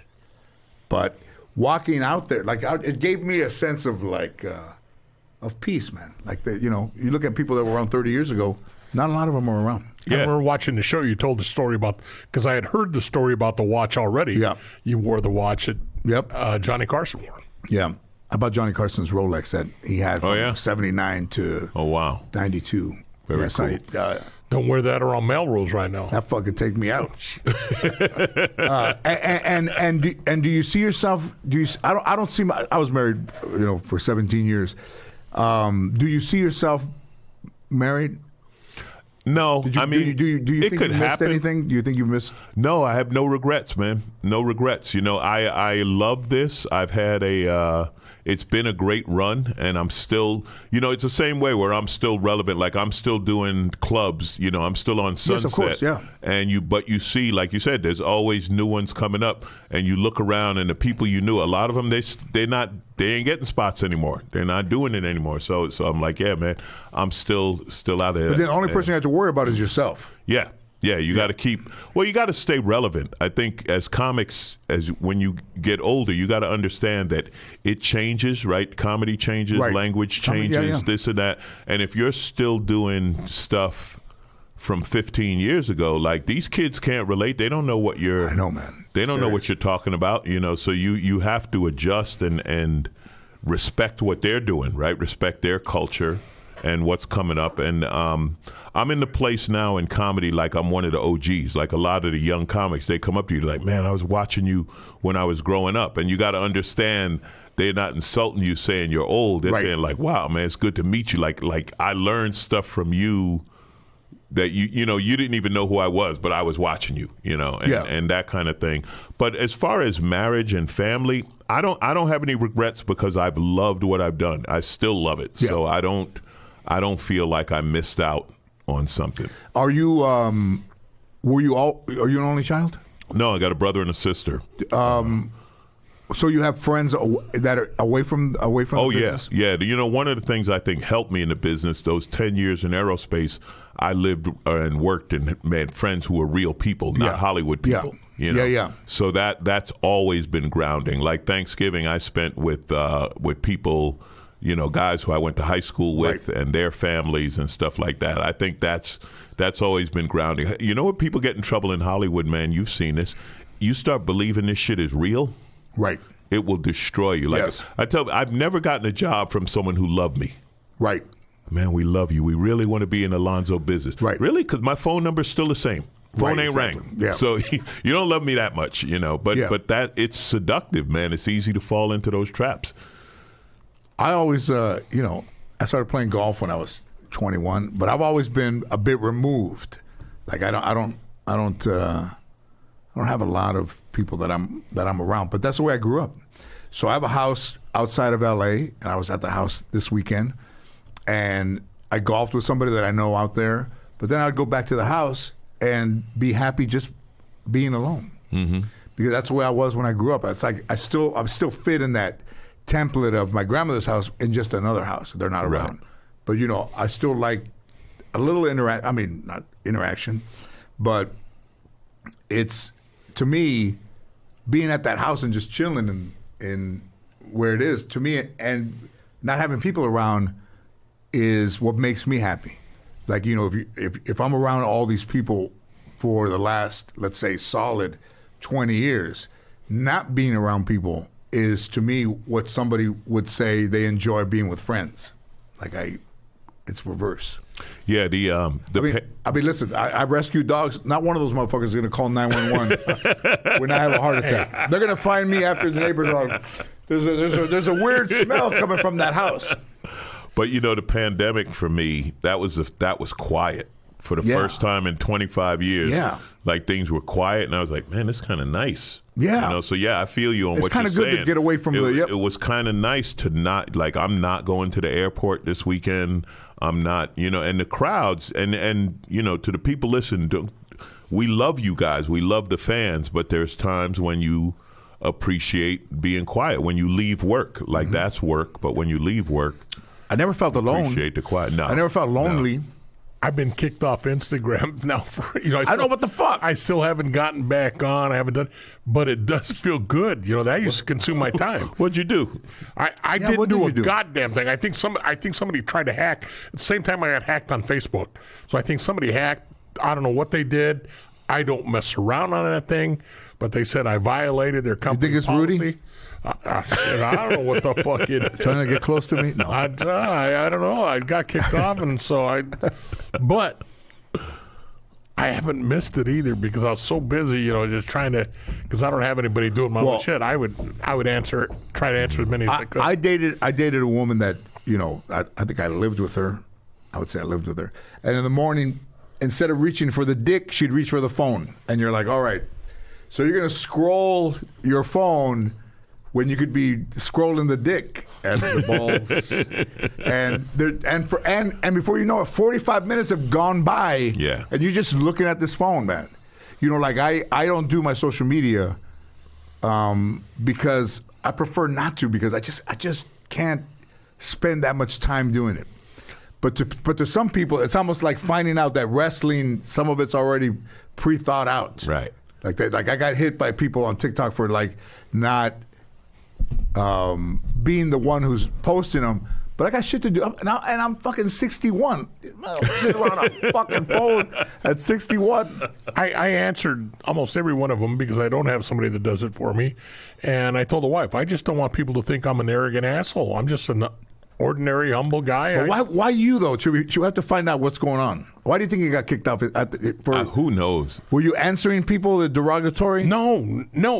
There is not one thing. Instagram, if you're listening, I'd like to know. I didn't, not one thing nasty, not one thing political, nothing. I did nothing. I just got this notice said, and I didn't think much of it because I thought, I've seen on Facebook where people said, oh, I'm in jail for 30 days. Wait a minute, I'm getting a message right here. Oh, you know what? Richard Ramirez's daughter runs Instagram. I bet it had something to do with that. Yeah. I bet it had something to do with that when that documentary came out. Yeah. People found out who you were, and somebody wrote something. But also, they did. I used to get a lot of ugly shit, but I just wouldn't answer them at all. I never answered the people from Richard Ramirez because there were people who said, I should be dead instead of him. I laughed at it. I'd never respond because I'm sitting there saying, hey, I'm 72 years old. You know, I got a life. I got a job. I'm happy. I don't need this shit. So because it is like poking the bear, right? It is like, I don't look at it. For me, it's easier not to look at. Like, I appreciate it for what it is, but I'm not trying to engage or be prodded by anybody to I'll lash out? answer it. Like I finally found someone who's really good at social media, because it's one of those things anyone can say I do social media. And she's 7 years And old. right? Whatever of course. she is, Right. she's been blowing it up. She took my specials, she cut them up into clips. Yeah. She releases the clips. My followers have grown and all of that. I'll answer. I'll try to answer people because I'm like you. Like they're surprised when it's you that answers. Yeah.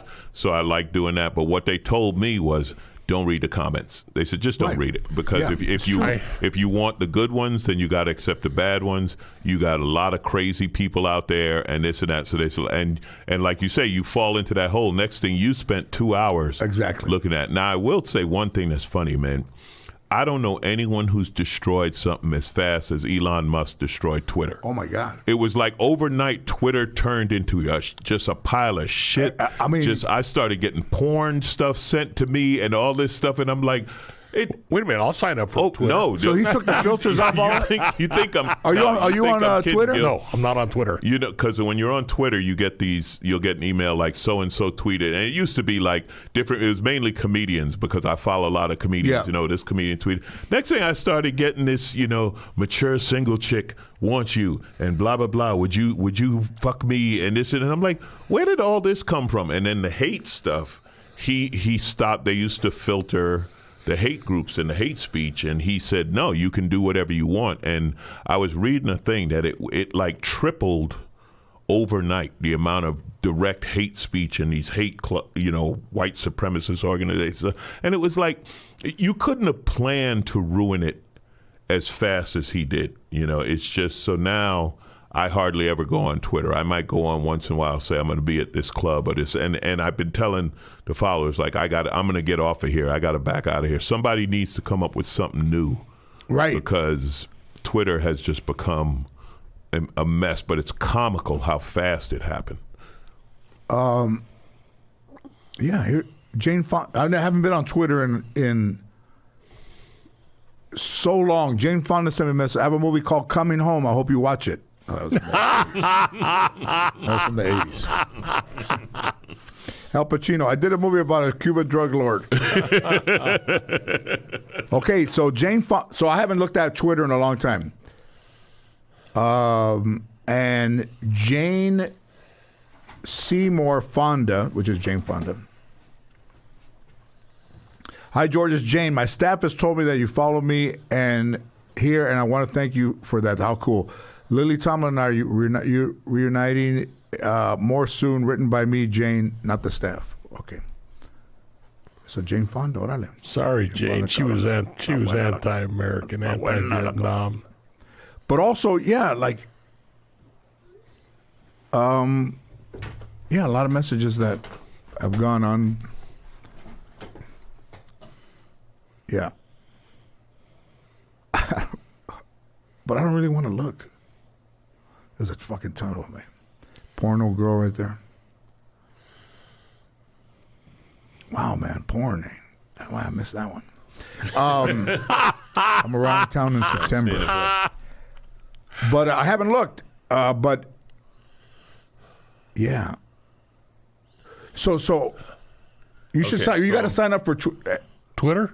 Take a look. Okay, so take a look at mine. See how it starts out. Jim Gaffigan.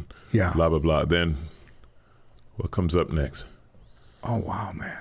Is that because of? Oh man. Yes, this just all randomly started coming in. And here's Elon Musk. Yeah. What is he? What's he doing, dude? What's her thing? Oh, how sad. Yeah. No, man. Again, it's not a matter of being a prude or nothing. I mean, they're fun to look at, but it's just when that starts bombing your phone, right? When your phone, because once it comes in, then it's like the algorithm's like, oh yeah, we got this address. We'll keep sending it, and then So apparently, I am very hot with single, mature women.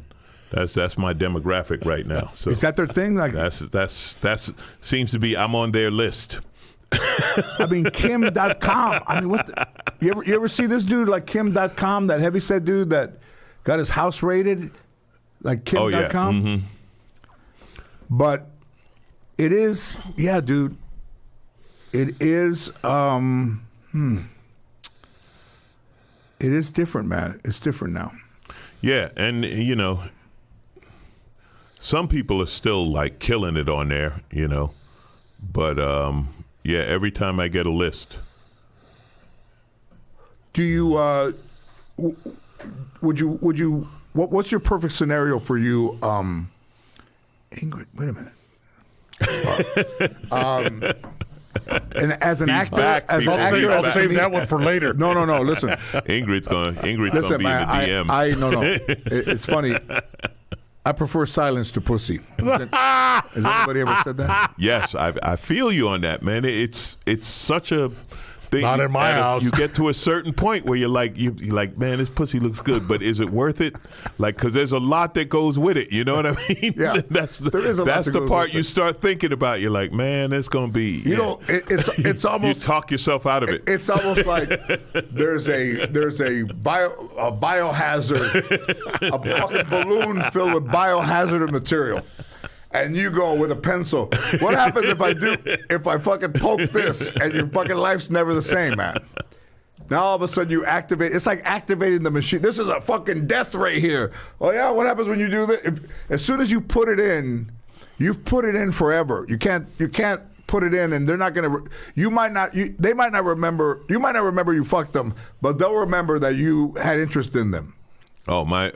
I have a friend like, just First friend of all, never dated. there's been no TV show that had that intro. Right. And then Alonzo was like, "Oh, first I had this." Yeah, never dated, never hooked up or anything, right? But we joke about dating stories, and I said, I'll tell him, look, I don't want a relationship. She said, there is no better way to lock a woman in than tell her you don't want a relationship. She's like, you might as well just say, hey, move. I'm looking for you to move in the house, because she said the minute they hear that, and it's like, I don't know how to make it any clearer. And she's like, nope, that's not what they hear. It's like a motherfucker trying to crack Like a safe. a challenge.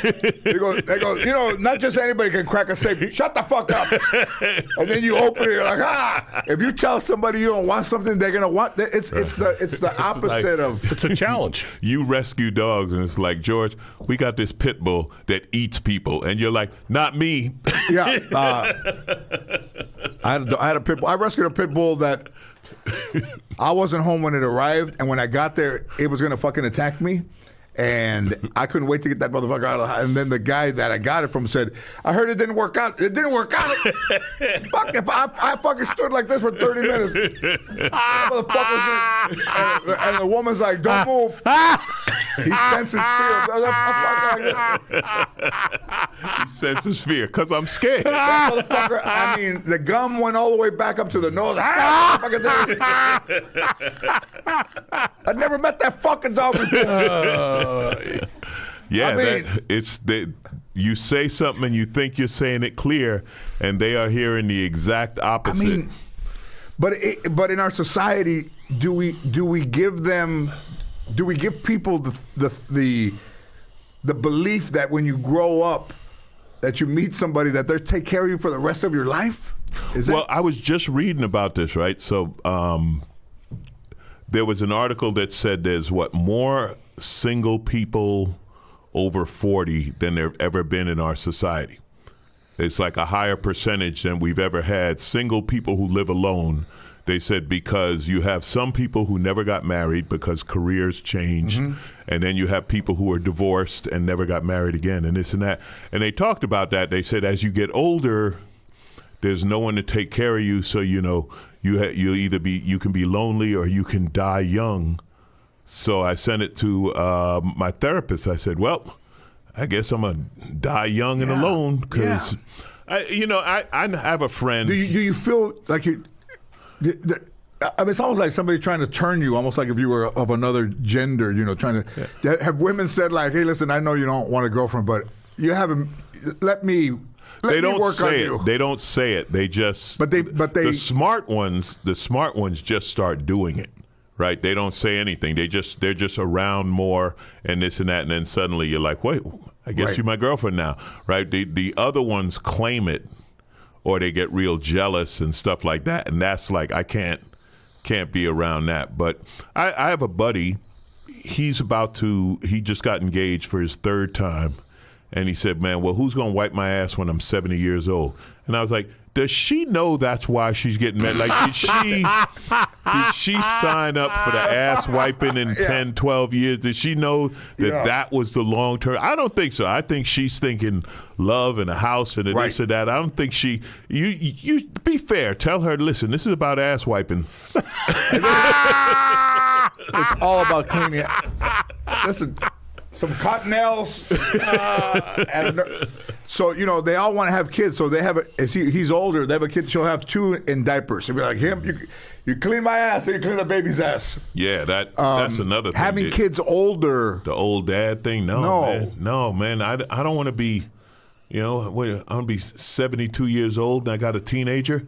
You can't have the car. I'm taking the car. Well, okay, take the car. Yeah, you don't want your kid. Listen, I wouldn't want a kid that could whip your ass. 17-year-old in my 60s. That motherfucker's turning my wrist. Ow!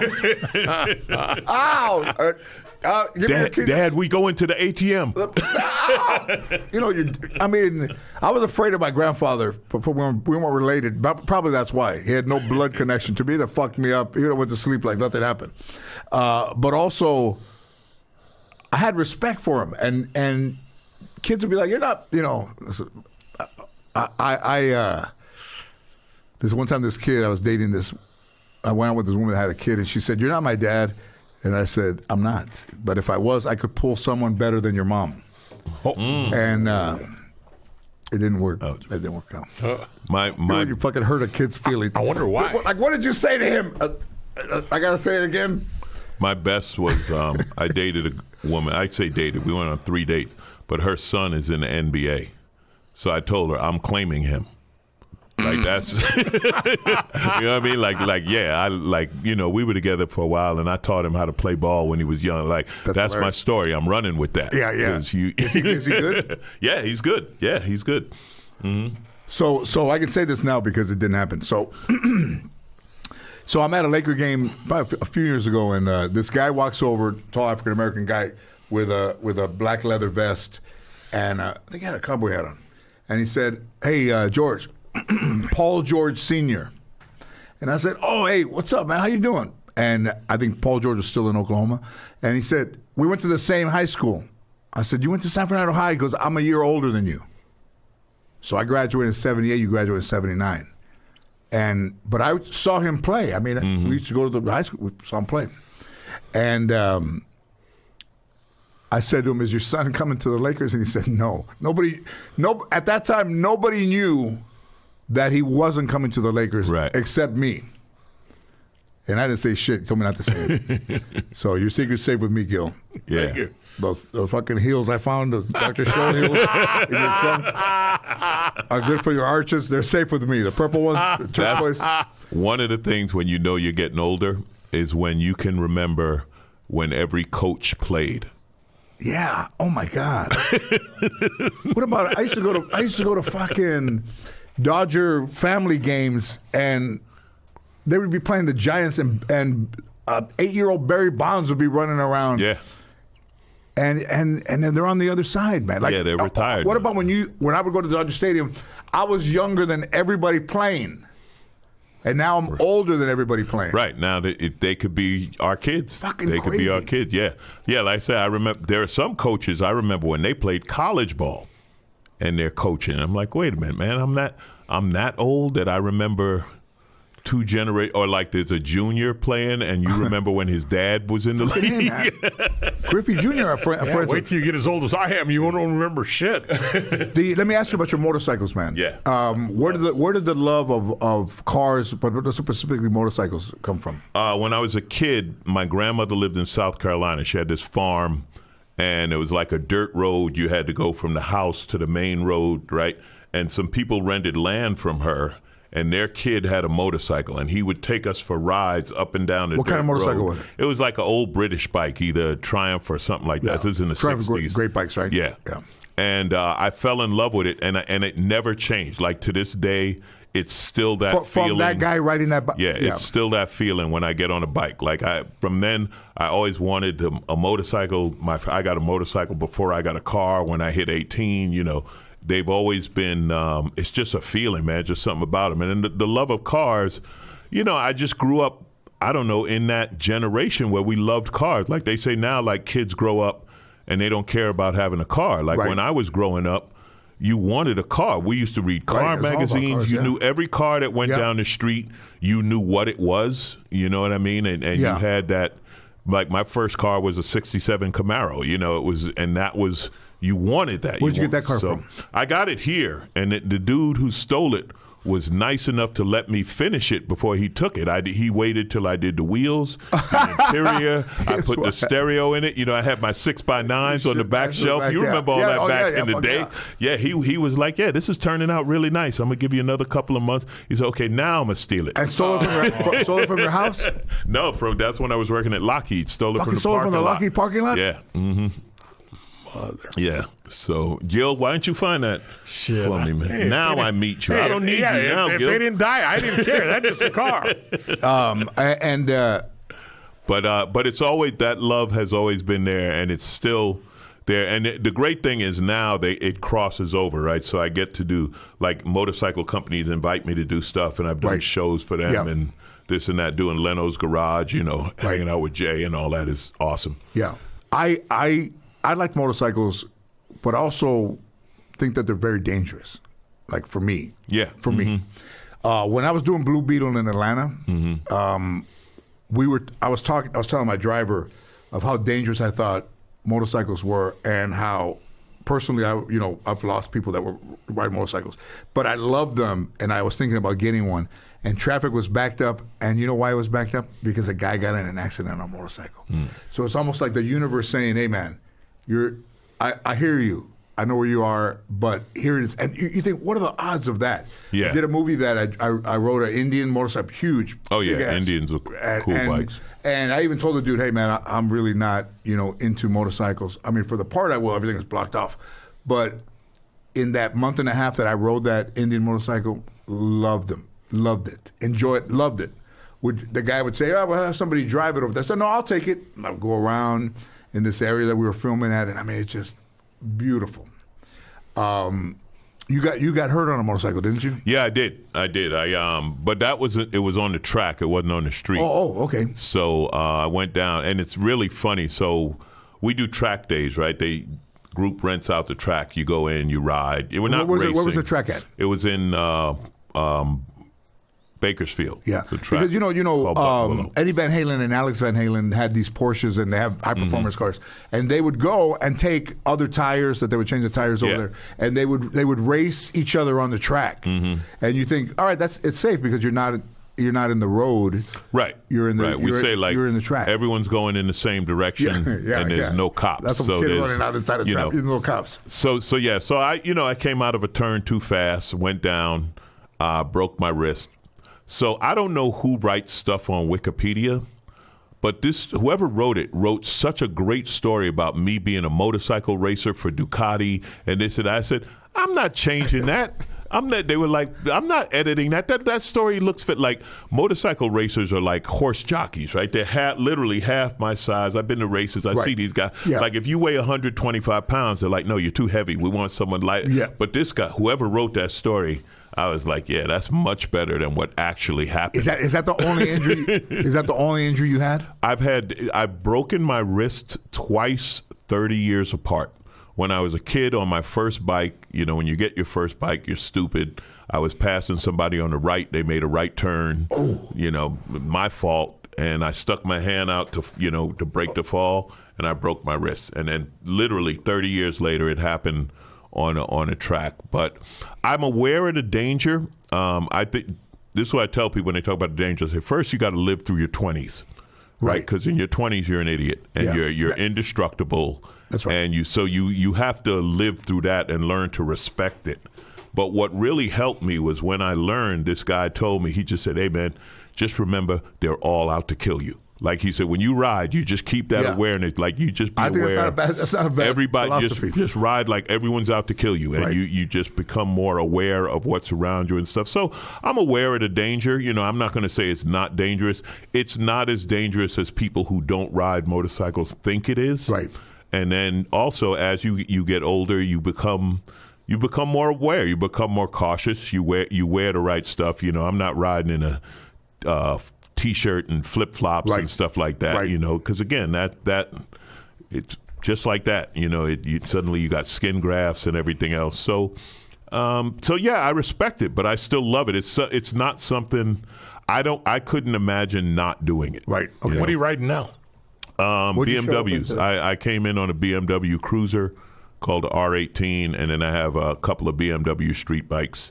But I'm always like, I don't collect. I don't have, you know, a warehouse somewhere where I collect Right. a bunch of stuff. I want to ride whatever I have. So I'll have something for a few months, a year. Then I'll be like, oh, I want to try that bike, and wow. I'll just trade it in.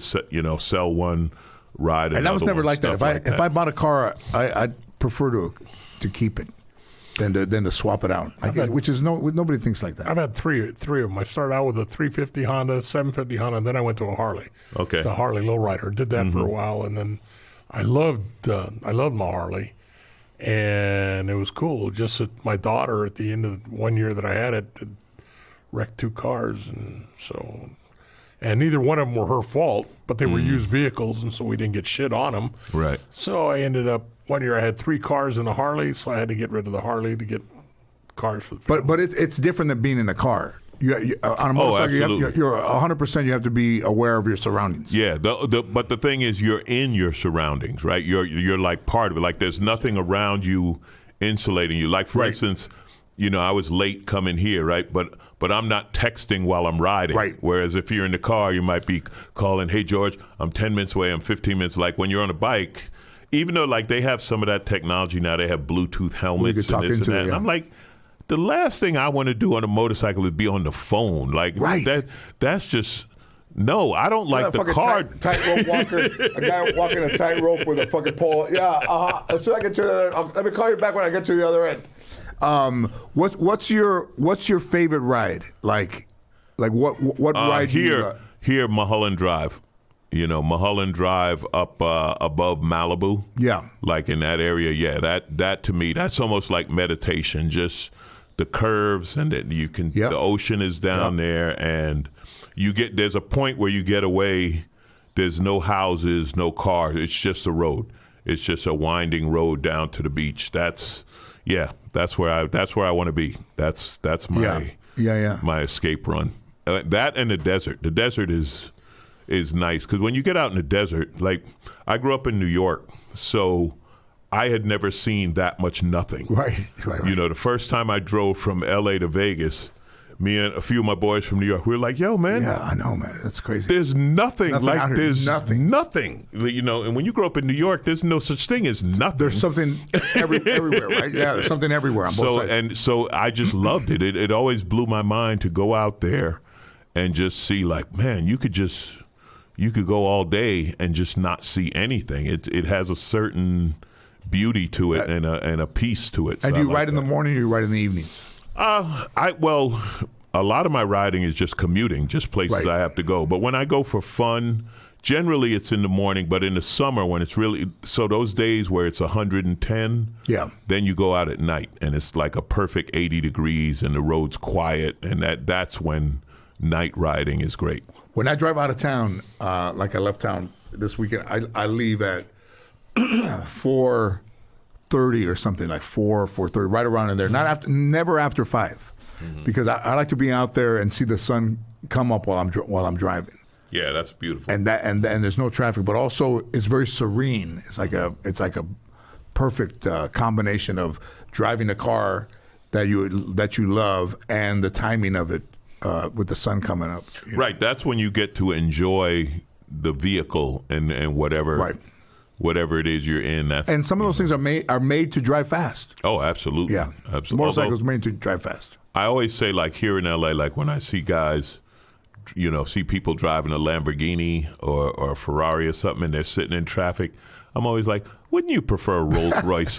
Like if I had, say a $300,000-$400,000 car in LA, Yeah. it's gonna be a Rolls Royce because Right. chances are I'm sitting. I'm not gonna enjoy a Lamborghini Right. on the 405. No. But a Rolls Royce.